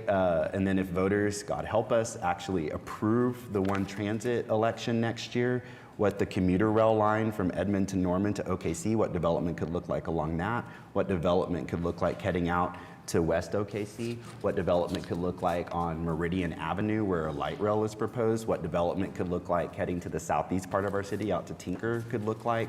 Like, I just really want us, this is such an incredible moment for not just Oklahoma City, but for Edmond and Norman, and I just really want us to be able to demonstrate to ourselves and our residents a sense of intentionality and vision. So I'd really like for a presentation and examples. Like, I want people to see what multi-use developments do and could look like, what mixed-use development, what mixed income development could look like, as opposed to what we did 30 and 60 years ago, where we just said, here are all you poor people, you go live in these apartments over here, and the stigma that lingers with us because of those decisions, right? What happens when you have subsidized units alongside market rate units? So I would really like to see that. I think that would help all of us think more strategically about where we need to be advocating in each of our respective wards for that sort of development. Relatedly, just a few other items, I would also appreciate an update on the MAPS 4 Trees project. This is on my mind because if you have dared to walk even to your car in the last few weeks, you notice how hot it is. And we live on a prairie, and this also gives us an intentional moment to think about the MAPS 4 funding for trees. I promise you, whether it's OKC Beautiful or other entities, OG&E, there are public-private partnerships out there waiting for us to create an urban canopy when it comes to trees. We have heat map data where people volunteered to see where it's the hottest all across our city, where, you know, just have giant stretches of asphalt parking lot, and then you have that hot Oklahoma sun just pouring down at 107 degrees?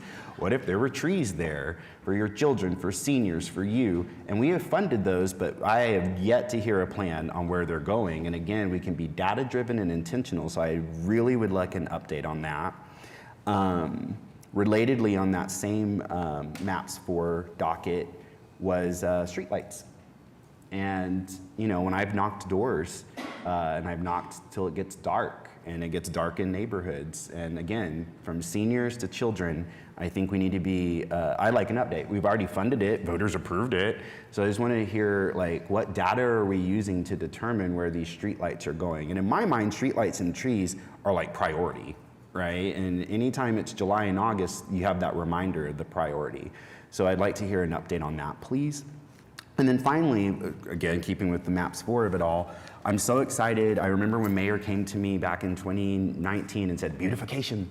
I don't know what it's gonna mean yet, but we're gonna do it, and we're gonna have an endowment along with it. I mean, I just thought it was a very inventive moment from you. And so I hear from residents regularly about the cleanliness of OKC, or sometimes the lack thereof. And I would like an update on where we're heading with some of these projects. So we can give you an example. I was driving over I-44 and 63rd Street, and we have new sidewalks that are there over the bridge, and there's just grass just growing over the sidewalk. So if you have a wheelchair or you have a stroller, what does your connectivity look like to Sprouts up the road, right? Or to Mayflower Church on the other side, like, or to your home. And so I just really want us to hear where we're heading with the beautification. And I want us, again, to conclude there, to think about, you know, we have a street cleaner downtown. That street cleaner does not exist really anywhere else in the city. I do love, by the way, city manager, we have the cleaning capabilities for some of the bike lanes now. I think that is a wonderful step in the right direction. But I just hear from residents too often about, you know, the collection of litter and trash on our trails, on our sidewalks, on our neighborhood streets, our arterial roads. And I would like to see us move with some intention in those ways. What we see determines our perception of reality and the perception of the city. And so, again, beautification, cleaning, streetlights, trees, TOD, and then that agenda walkthrough would be very, very useful. So I appreciate you all. Thank you. Thank you. Ward 3. Ward 4. Thank you, Mayor. Sorry. Mayor. I know, I'm well aware that Mayor is also what you call your wife. Right. Mary Ann. Yes. Yeah. So I know that this has always been, for as long as you've been on the council, an issue for you. Yeah. Right.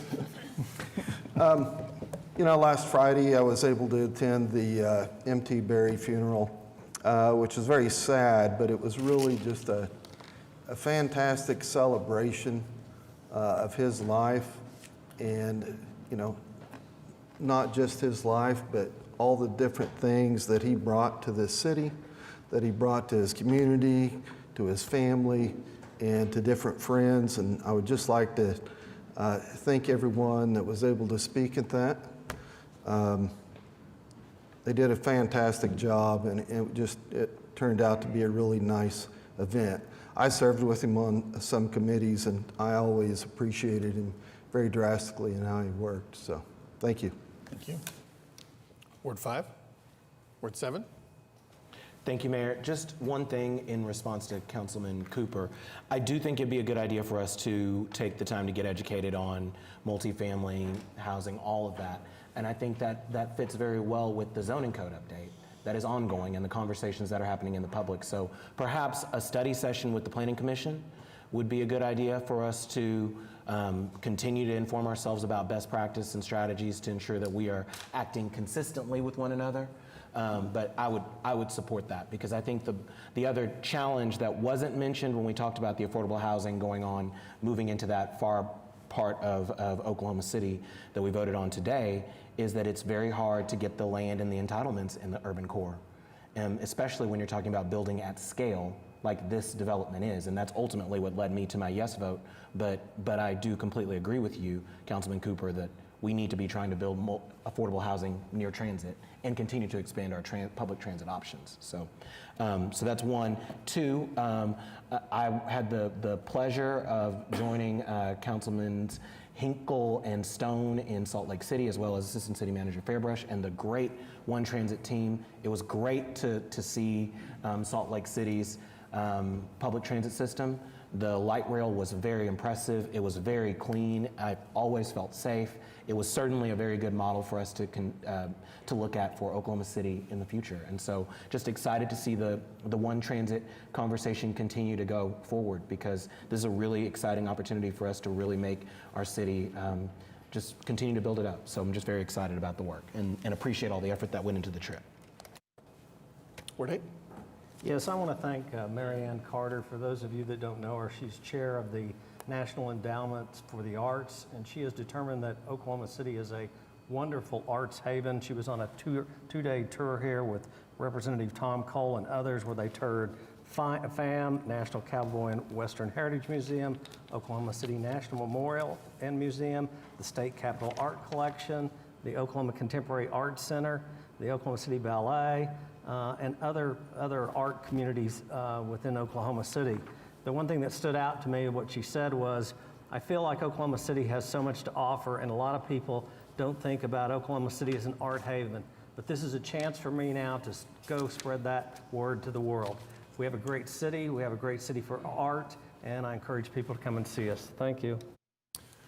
Thank you. We're now on item 13, citizens to be heard. We have, we'll start, if everyone would state their name and address and keep your remarks to 3 minutes or less, the clerk will remind you when you have 30 seconds left. We'll start with Tevin McDaniel.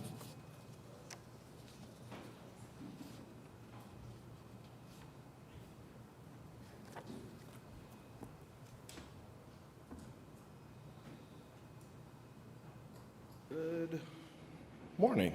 Still morning, actually. Tevin McDaniel, Ward 7. I always come up here like thinking that I know what I'm going to talk about, and then the meeting has so many other things that have just been interesting to me that I feel like I have to speak on it. So first, thank you, Councilman Cooper, for your questions and your sort of understanding and grasp of what we actually need to sort of grow as a city in order to actually care for the people that we're trying to care for when we're talking about affordable housing, when we're talking about transportation. I think those are much needed questions to be answered. And I think that sort of brings me to, as you all know, I'm always here talking about participatory budgeting, right? And like, how are we getting the people more involved in these processes?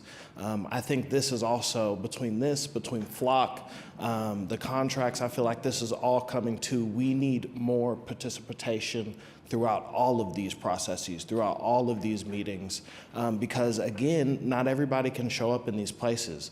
We've been trying to figure out for the last few weeks, really over the last month, what is going to happen with Flock? What are we going to do with the surveillance here in Oklahoma City? As Flock cameras are still being put up, as people are still being surveilled, we still haven't gotten an answer on why, whether we're going to sign the contract and continue this thing or whether we're not, right? And as Home Base has said, as Oklahomans for Privacy has said, we don't need surveillance in Oklahoma City, right? It has been nothing but data proven dangerous and been used in ways that are not safe for our community members. And so how are we actually making these spaces and these places accessible for people who have jobs, for people who have to take care of their families, who can't show up here at 8:30, right? I look at Tulsa. They get to have city council meetings after work from 6 to 8. They get to have much more people who can actually come and have conversations with you. I think back to 2020 when we had to move these conversations online and you had much more of an influx of people who could actually give you the advice and their life experiences needed to make a lot of the decisions you all make behind closed doors without without the credible resources and experiences choice givers that are the community members who are actually living through these decisions that you all make that have been harmful, right, to say the least, for 30 a seconds long remaining. period of time. And now we're getting to a place where at least we're getting some conversations, and not everybody has the blessing of me to be able to work for an organization that I got to co-found, where my job is to come and organize and tell people the decisions you make to the people who are actually affected by them, and saying, well, if we can provide you with some of the resources that our city council is not providing us with, maybe that will give you more space to engage in these processes. Maybe that will give you more space to engage with your neighbors. But in fact, this body has not been providing those resources, so people can't show up because people have to take care of themselves first. All right, thank and you. that We got a lot doesn't of mean people, so we're coming gonna into have to this move on. space. And so I want to continue Next to up say is we have to LaShondon make this Kirkendall. accessible for people, and y'all have to do that from that Is horse. LaShondon here?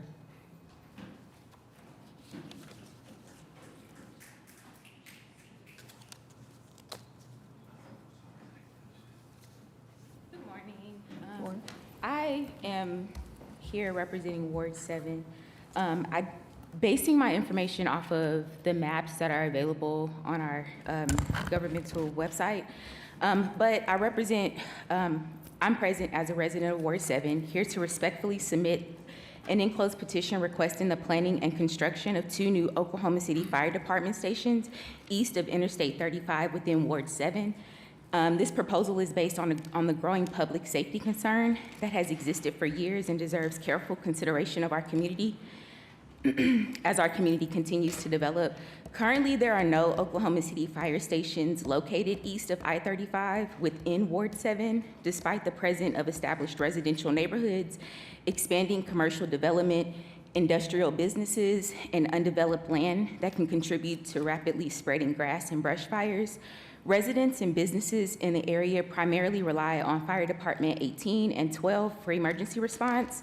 And while these stations have served our community with professionalism and dedication, they're located west of I-35 and must often navigate heavily traveled corridors such as Northeast 23rd, Northeast 36th, and congested Interstate 35 overpasses before actually reaching the emergency east of the interstate.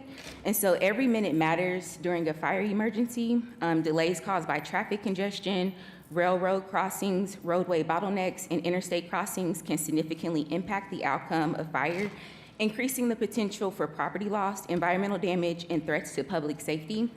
The eastern portion of Ward 7 consists of a number of industrial and commercial operations that, because of the nature of the businesses, present elevated fire risks if an incident were to occur.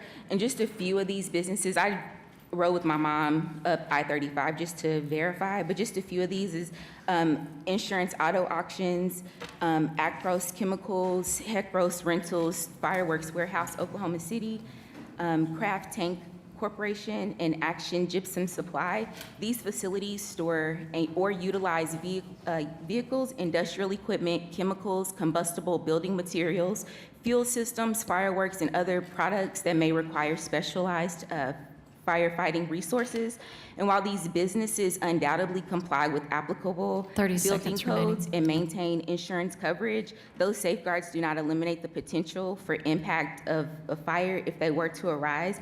And so I'm petitioning for the City Council to consider to initiate a comprehensive fire service coverage study of Ward 7 east of I-35, evaluate the current emergency response times and projected future service demands, identify potential sites for 2 strategically placed fire stations east of I-35, and include these stations as a priority in future capital improvement planning and budget discussions.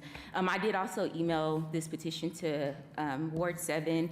Pennington, you should have this. It's not all that I have to say, but this is just the start of if we actually want to enrich Oklahoma City, specifically Ward 7, because that is where I reside.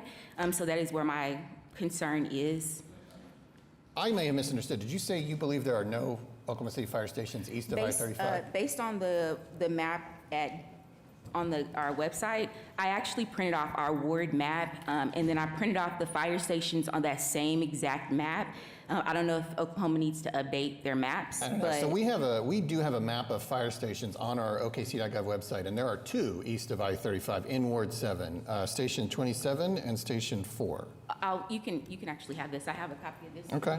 Well, we'll certainly, whatever that came from, we'll need to update it, but we have a fire station map, and we have 2 fire stations east of I-35. Well, that's what's on the government website, and that's the information that I'm basing my words on. All right, So, well, we've got 2, so well, we need 2 more.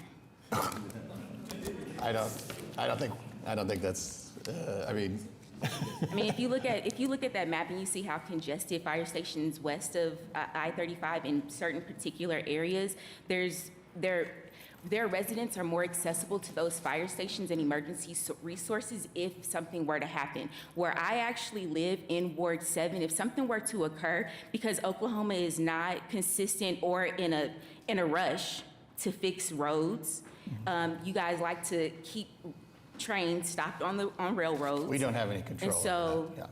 Yeah. Okay, Amber Ramsey? Happy to visit with you. I'll reach out.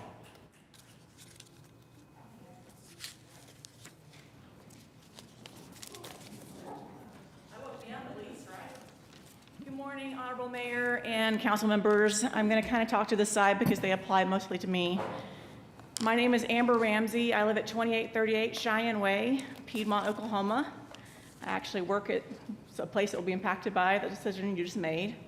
I'm a wife, a mother, a Republican, and I hope you guys can look at me and listen to me when I talk. It's important. I work in a profession where I serve the people of this great state every single day, much like you. And I still believe in our government, a government by and for the people. I would like to share some numbers with you today. In Piedmont, Kingfisher County, and Canadian County, there are 1,332 acres. In Okarche and Kingfisher, 292 acres. Cashin and Logan County, 509 acres. Yukon and Oklahoma City, 546 acres. Luther, 320 acres, all in disclosed land options or announced projects for data centers. Those are the land options that we know about. And please don't stop listening because I said that word data center. I know it's a hot topic. This is all immediately in our region, 300 acres. It's not one data center or just one city. It's an entire grid impacting the whole region. It's 3,000 total acres near homes, and it's co-located energy facilities. The question is where does it end? Per the CEO of Cloverleaf at our last city council meeting, and I quote him exactly, it ends at the capacity of the electric grid. That's terrifying, but I disagree. It ends with you. Just as stated in that prayer, you set the standard for this state. You set the standard for Oklahoma and this nation. You speak for the people. You have to lead with compassion for your constituents. You have to have empathy for the fears they're having right now. You have to at least try and listen and look at me when I talk.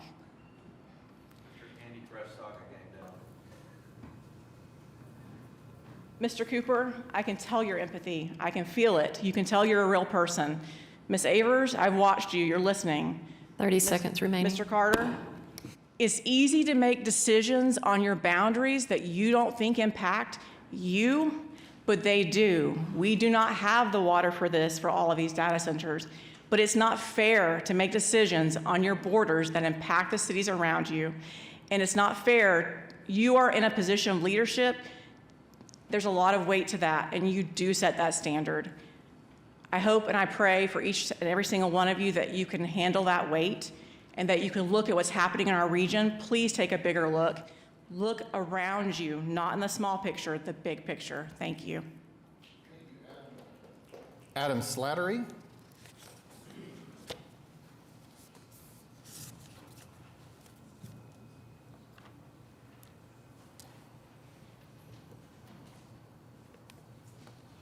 Adam Slattery, 2330 Shell Creek Road, Oklahoma City, Yukon, wherever.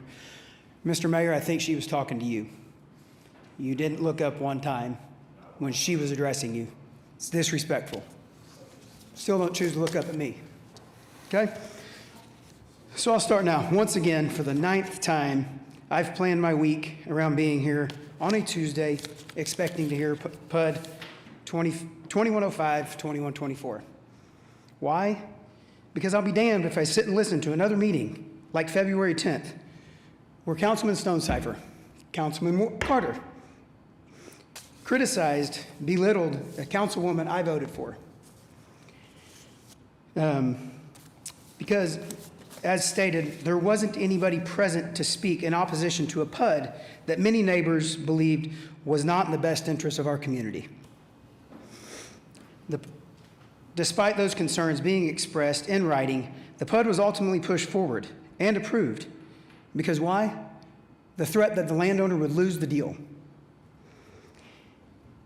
Is that the same treatment we can expect when PUD 2105, 2124 is finally heard? After 9 deferrals, are we going to rubber stamp this because the deal may fall through for the owner? What are we doing here? Every one of you is elected to serve the people and represent the will of the constituents, not to make decisions based on the possibility of land deal falling through or being sued by a multi-billion-dollar corporation over a zoning request that isn't compatible with the surrounding area or in the city's own comprehensive plan. Why are we continuing to spend so many resources, City Manager? Time, negotiating, revising the applications while there's a moratorium in place. Across the city, across Oklahoma, across the country, communities are raising legitimate concerns about locating these types of developments in their communities. Shouldn't the voices of your residents carry more weight than the wishes of a corporation? These two PUDs will set a significant precedent, not only for the western edge of Oklahoma City, 30 seconds. but for communities throughout Canadian County. Every concession made through the next amendments and every revision tailored to these applicants become the standard for the future. Mr. Pennington, Luther borders you. Canadian County may seem far right now, but this same developer is in Luther. You vote for this, the city sets a precedent.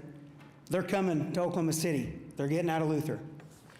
I've got a little bit more to say, but Mr. Cooper, I appreciate your intentionality.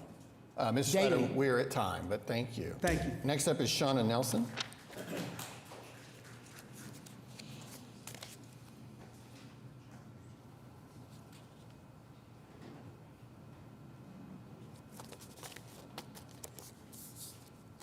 Hello, my name is Shauna Nelson. I live out in Piedmont. I'm here because of the data centers. I am retired from the United States Navy. When we got our orders to come to Oklahoma City, we were kind of shocked being in the Navy. My husband retired out of Tinker Air Force Base, a lot of Navy out there. So when we chose the area, we thought we made the right decision. After having to move every few years, you go where the military tells you to go. So we chose our area. We just found out about the data center in Piedmont, but that's not the only one. They have it in Yukon. They're trying to go in Oklahoma City, Luther, Cashin. It's not one area that's going to be affected, so it's not just Piedmont I'm speaking of. I didn't know anything about it because even though the Cloverleaf representative claims they're transparent, they're not. They go under multiple LLCs. They do Beltline, which is one of the two trying to go to Piedmont, is in Luther, he's in Yukon, and he's in Oklahoma City. They do NDAs. There's a reason why they are being so sneaky, and you're not hearing about it in the news, because it's not necessarily good for the environment. I think before any projects go forward, there needs to be more studies done for electricity. As Amber said, they even said they'll keep building until the electricity grid is at capacity. Right now, there's already a high-power transmission line proposed from Luther to north of Piedmont for the development. They were told it's not going to be for the data centers, but amazingly enough, that's what the representative from Cloverleaf said. They're choosing the area for the Matheson substation. So I think taking a step back, if one area goes, the whole area goes. This doesn't seem to be good for Oklahoma City, or even for the state of Oklahoma. There's already some up in the Tulsa area, and we're already getting pushback. So I think I would request that you take the time, talk to the citizens, because I don't think not listening to your citizens is the appropriate thing, because you are elected officials and they're trusting your judgment. And asking for studies, considering the historical significance of where some of these projects are going, something to take into consideration, because once it's gone for good. Thank you. Thank you. Jana Dunaway? Okay. Jarrett Freeman?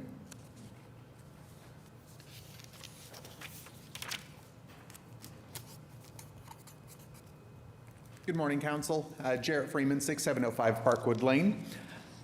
I'm a Ward 1 resident, and I've spent the majority of this year reviewing our contract with the Flock Safety and the company behind it. Yesterday, a media outlet published a leaked internal document titled How to Speak to City Councils About Public Safety Technology. This is a playbook that's given to police departments, and it gives them scripts on how to defend Flock at council meetings, just like this one. It scripts opening lines for officers. It teaches them to reframe finances around, quote, the cost of unsolved crime. But here on page 4, Flock itself writes, don't avoid the concept of mass surveillance because you're not going to convince opponents that it's not. This is Flock's own words in their own playbook. And Flock concedes what this platform is. It's mass surveillance. Under Section 2.4 of the current contract with them, Flock retains the unilateral control over what these cameras do. Every capability that they've developed since 2023 was pushed to already installed devices. And even today, while this contract is under review, a new Flock camera went up 1 block away from my home with their Raven audio detector attached. No vote, no expanded authorization, yet Flock is already installing new devices and upgrading their capacity while we delay. On July 10th, the OCPD stated to me in writing that no records exist connecting Flock to case outcomes. And then 4 days later, the police union president went on television and called these same camera systems instrumental to their policy or to their success. But you can't call a system instrumental if you don't track its effectiveness. It can't be both. Last week, the OCPD confirmed to me in writing that an officer has already used this system for inappropriate purposes for the course of 5 months. That officer was caught and reprimanded because a private citizen filed a complaint. Let me say that again. OCPD officers have been confirmed using this system inappropriate already. When I asked for the platform's own audit log, they denied that to me. Today, in OKC, the public is the only system to audit this platform. Every time this contract is defended, the defense is a single anecdote, a recovered car, maybe a silver alert cleared, but it's never data. It's never a platform. 30 seconds. Thank you. The statistics don't support the anecdote. LAPD's own Inspector General audit found the system is wrong 1 in 3 times. Every wrong hit is a potential armed stop of an innocent person. In February, a Flock camera in Arkansas misread a plate, and officers held the couple in that vehicle at gunpoint with their 6-month-old child in the car seat. This is not a safety tool. This is a safety risk. Do not renew this contract. Get these cameras off of our streets, and don't sign with another vendor. Thank you. Excuse me. May I see that? And I just want to go make a copy for myself and my colleagues. I just heard about that last night. Thank you. Yes, sir. Carly Heitland?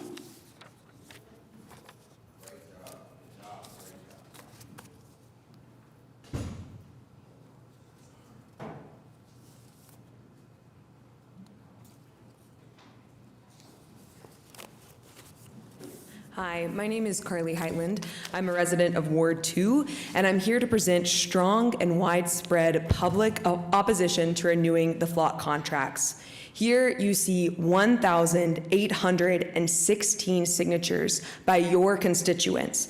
They have agreed to demand that the Oklahoma City Council permanently terminates its contract with Flock at the earliest possible opportunity to do so. The earliest possible opportunity to do so has already passed. And yet, we are still urging you to terminate OKC's contract with Flock. Our community is engaged. Every time you delay this vote, our numbers for this petition and for support against Flock grows. Continually delaying this vote allows Flock to continue installing new cameras, surveilling us, and collecting our data without proper storage. In effect, each time this vote is delayed, the council is casting their vote to continue the contract for 2 weeks or more without hearing public comment and listening to citizen concerns. I am sure you have all received direct outreach from your constituents, and the over 1,800 people who have signed this petition, plus many others I have spoken with, have 3 key demands. Number 1, have the OKC City Council not renew the Flock contract. Number 2, remove our current Flock cameras. And number 3, do not partner with another ALPR vendor. I hope you will take the time to read these petitions, to read the names of your constituents, the people who these cameras are affecting. I have personally spoken with hundreds of Oklahomans about Flock surveillance, and I tell you that it is rare to find an issue that Oklahomans are so united on. Your constituents have spoken loud and clear. We want Flock out of our city.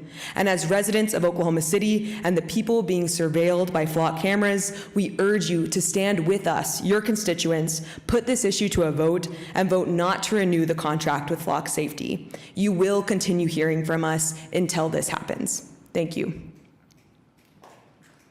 Thank you. C.J. Carpenter?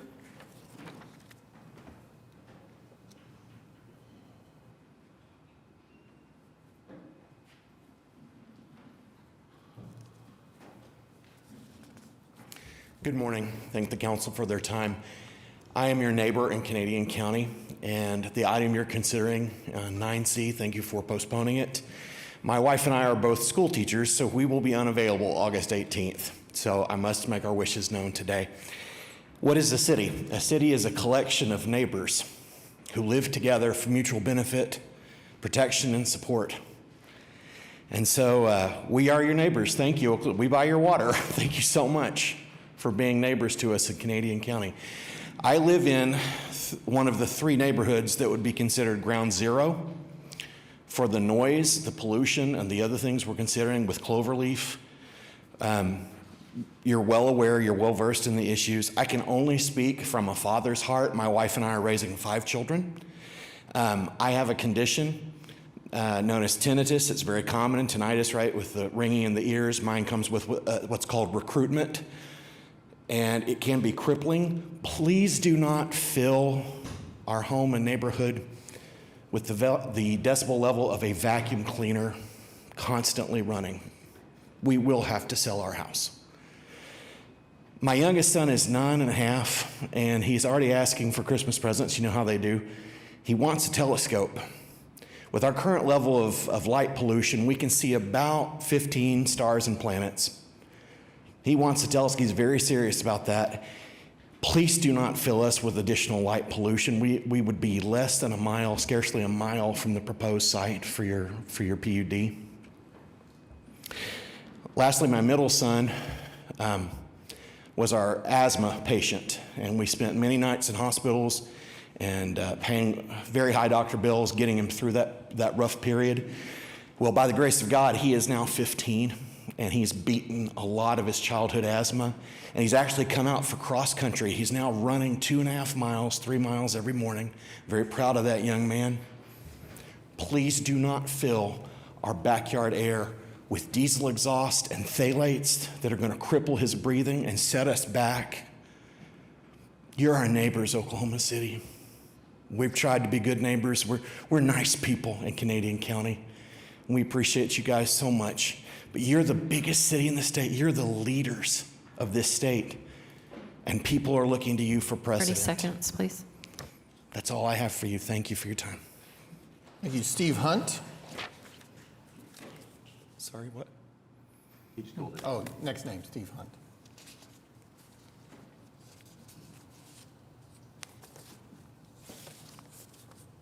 Steve Hunt, 6300. I'd like to request the person doing the production to get a shot of Dave staring down at his ADL Defender of Democracy Award while I speak. that would be pretty good. There are a couple different things that I want to talk about how nobody wants to be surveilled. Nobody wants to be surveilled. And here's a little story about that.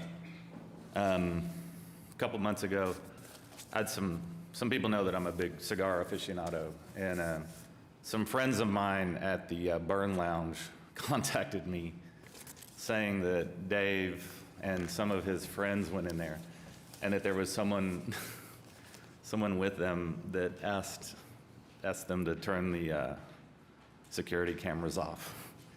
And I'm like, what? It's like, yep.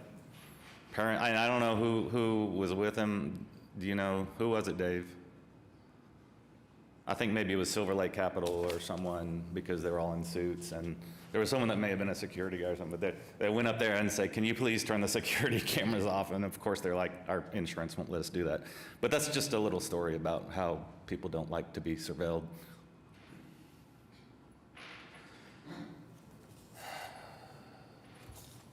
So a little update on Thunder Radio and Television. I've been speaking about how the private equity adjacent company, Main Street Sports, who did the Thunder TV, is insolvent and no longer exists. And Cumulus, who does the radio, just filed their second Chapter 11, and they're waiting the administration, the FCC, to give their licenses over to their creditors, and that's probably not going to happen until the season starts. And it's just crazy that there's like no discussion whatsoever about this, because the people have given billions of dollars and they've been having to pay to watch the Thunder. And that's because they were trying to get the citizens to help Main Street Sports service their debt. And that's the problem. That's why I always talk about private equity, because when we hand contracts to them, it's all like super highly leveraged debt, and they rarely pay off anything other than the interest. That's why 30 seconds Cumulus remaining. shut down, because their EBITDA was $13 million less than their debt interest. And there's a lot to talk about on that stuff, and I can't do it in 17 seconds. So I want to recommend a book to the people out in Channel 20 land watching on YouTube, Lords of Easy Money. This is one of the best books I've ever read, and it explains how our recovery money and our ZERP money from the housing collapse all went to these equity firms to buy these businesses that are now taking over the functionality of our municipality. So, thank you. Gregory Brown. Okay, Joseph Ross. Pulling in.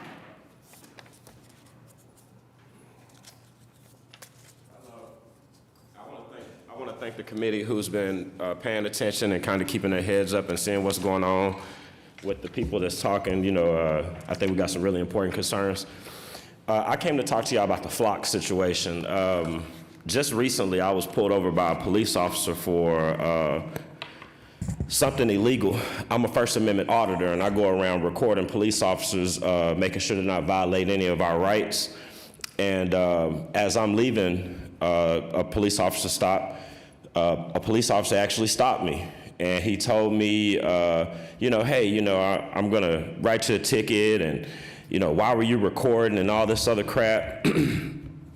And as I was leaving, he tells me, he says, hey, are you affiliated with any motorcycle gang members, because I'm on a motorcycle. Now, I didn't have on any motorcycle insignia. I didn't have on any patches or cuts or vests. But at the end of the conversation, when I asked him, am I free to go, he told me he was gonna put me in the Flock system as a outlaw motorcycle gang member. Now, you know, in no shape, form, or fashion am I a gang member. I'm not an outlaw. I'm not a 1%er. But for him to use the Flock system to put me in the system as a criminal, as affiliated with criminals or known outlaws, that's not cool. I don't think that this system was used to do things like this. Another thing that I heard when I got pulled over for the same illegal tag display a month before, But that officer, he was joking. You know, he made a joke about it. He was like, hey, I'm going to put you in the system. So, you know, in case you commit any crimes, you know, we know where you work at. We're just going to come pick you up from work. It's sad that you guys can use these cameras and stuff to target citizens in the community. But one thing that these flock cameras don't do, I want y'all to think about, they're not targeting you guys. They're not targeting government officials or police officers who's running red lights, who's speeding, who's committing crimes. Y'all flock cameras aren't used for anyone but a targeted community that y'all feel like it should be targeted towards. And I know in 2 seconds I have 30 seconds. Seconds. Thank you so much. If you notice also, as we're up here on this stand talking, there's a couple of people, well, there's a few people that are engaged and paying attention to our conversation, but there's so many people that's not. And I want to bring something else to y'all attention too. That's why terms, there shouldn't be there should be restrictions on how long you can be in office, because I think some people get comfortable in their position and they just don't care anymore. Thank you. Stephanie Bertine?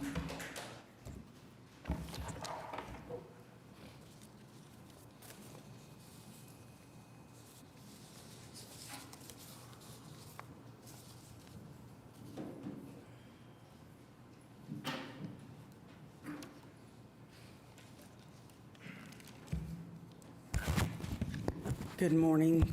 Stephanie Burdine, 515 Maple, Yukon, Oklahoma.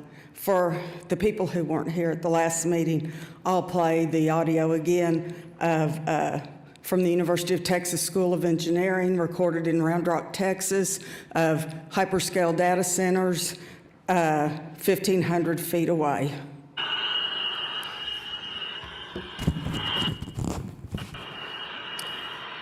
If you pass 2105 and 2104, you're going to set a precedent for the most unpopular thing in the United States of America right now, hyperscale data centers. The one that this PUD applies to is 300 feet, a mere 300 feet away from houses in Yukon.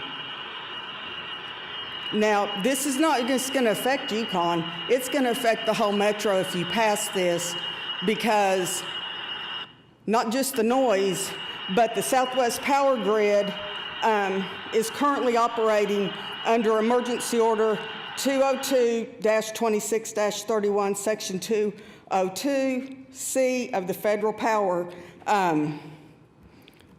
Federal Act. The next step is level 3. That's an emergency to prevent rolling blackouts. If we don't have any power, if we're in that kind of shape, how are we going to support data centers in the metro area? Who's going to be first in line for power when we get to level 3? Is it going to be the hospitals? Is it going to be homes? Is it going to be the three largest industries in Oklahoma City that help our country and security, FAA, the National Weather Service, Tinker, or will the data centers win? And why in the world are we going to let speculators trying to trade a packaged idea of economic relief to municipalities to really come before the citizens of the metro and their right to peaceful existence? And then I'd like to know, what's the legacy you all want to leave? Mayor Holt, you're doing some fantastic things. 30 seconds remaining. But what do you want your legacy to be? Do you want it to be the Olympics? Do you want it to be the Thunder, the arts, that Oklahoma City's a destination? Because if PUD 2105 and 21 pass, your legacy is going to be data centers. And I really wonder what a lady we have in common would be thinking right now of that boy on the cul-de-sac. I really wonder what Judy Lindsay would think of these data centers, because I have a feeling she wouldn't be for them. Thank you for your time. Kristen Schubel. Kristen Schubel.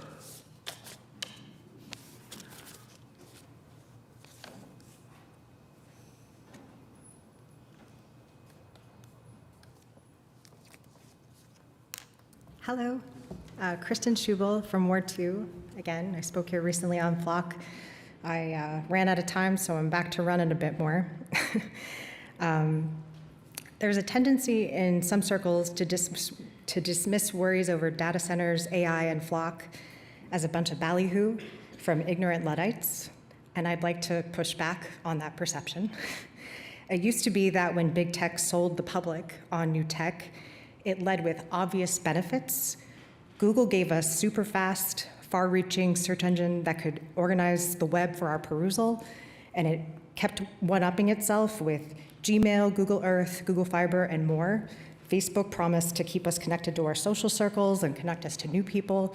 Apple gave us these tiny little pocket computers with smooth home buttons that felt great to the touch. Originally, these were products where the customer experience was top of mind. These once great features have almost universally declined in quality and functionality. Now you're lucky if you can find via search what you were able to find 10 or even 20 years ago. Those lovely home buttons were removed many years ago in favor of more efficient production, while Apple's prices continue to rise, and Facebook I won't even comment on. Now, big tech doesn't even bother making helpful tools for the people. They have taken the trust they earned and spent it on contracts with big businesses and governments. There is a trend of technologies being pushed as benefiting our safety and wellness while actually limiting our privacy and decreasing feelings of safety for many of us. This entire information age has felt like a bait and switch as we enter the age of, pardon my French, enshittification. This is not baseless paranoia you're seeing. This is people who are fed up with real abuses by big tech and their expanding tentacles, which seem to make everything they touch worse. It has to do with lax and sometimes undemocratic municipalities. I'd like to suggest that supporters of these technologies sleep comfortably because they believe they'll never be the target of these systems. They don't have any weird beliefs. They don't have any punk rock magazines from high school. They perceive themselves as upright members of our community who can only benefit from the protections brought by these omnipresent cameras. I don't have that trust, and not because I'm a bad guy or a criminal, but because the law can go wrong even in the hands of good actors. And in the last year, not necessarily here, citizens have been detained, deported, arrested, and jailed for their beliefs. 30 seconds remaining. Shoot. Our Secretary of State, Marco Rubio, last month released a list of dangerous leftist terrorists, including the co-owner of Ben & Jerry's. Why on earth would I trust the state or a connected third party like Flock with more power to surveil me and everyone else? We seem to be entering another Red Scare, and I do worry this tech will be used by actors beyond the city to take advantage of our data and for the purpose of ideological suppression. Oh boy. Since I'm running out of time, I hope for better from this council when it comes to scrutinizing Flock and other big tech vendors that come through these parts. I want to give a shout out to Jarrett Freeman because I think he did we're at time. good work. Okay, thank you. Penella Truman, if I'm saying that right.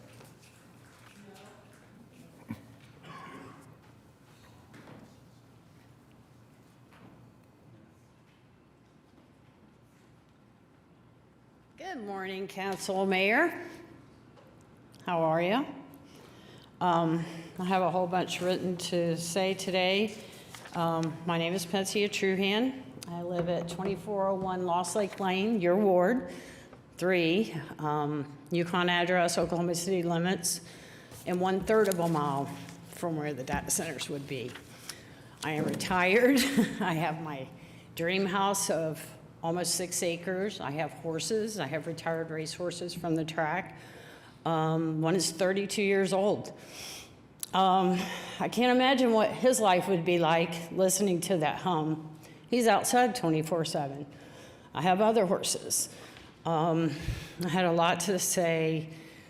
I'm nervous. I'm scared. I haven't slept much since all this has been going on. It's affecting my life.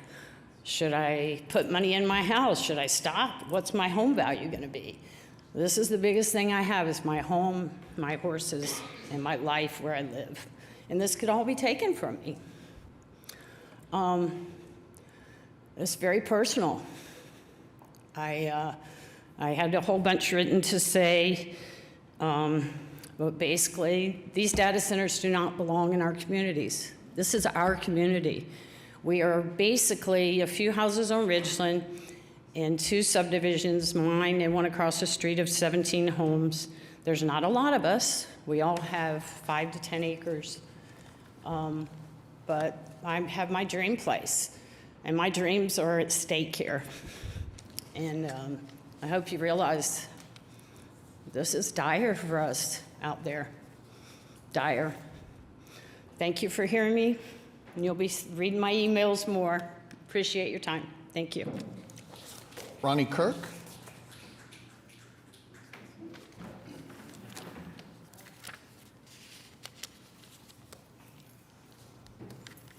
My name is Ronnie Kirk.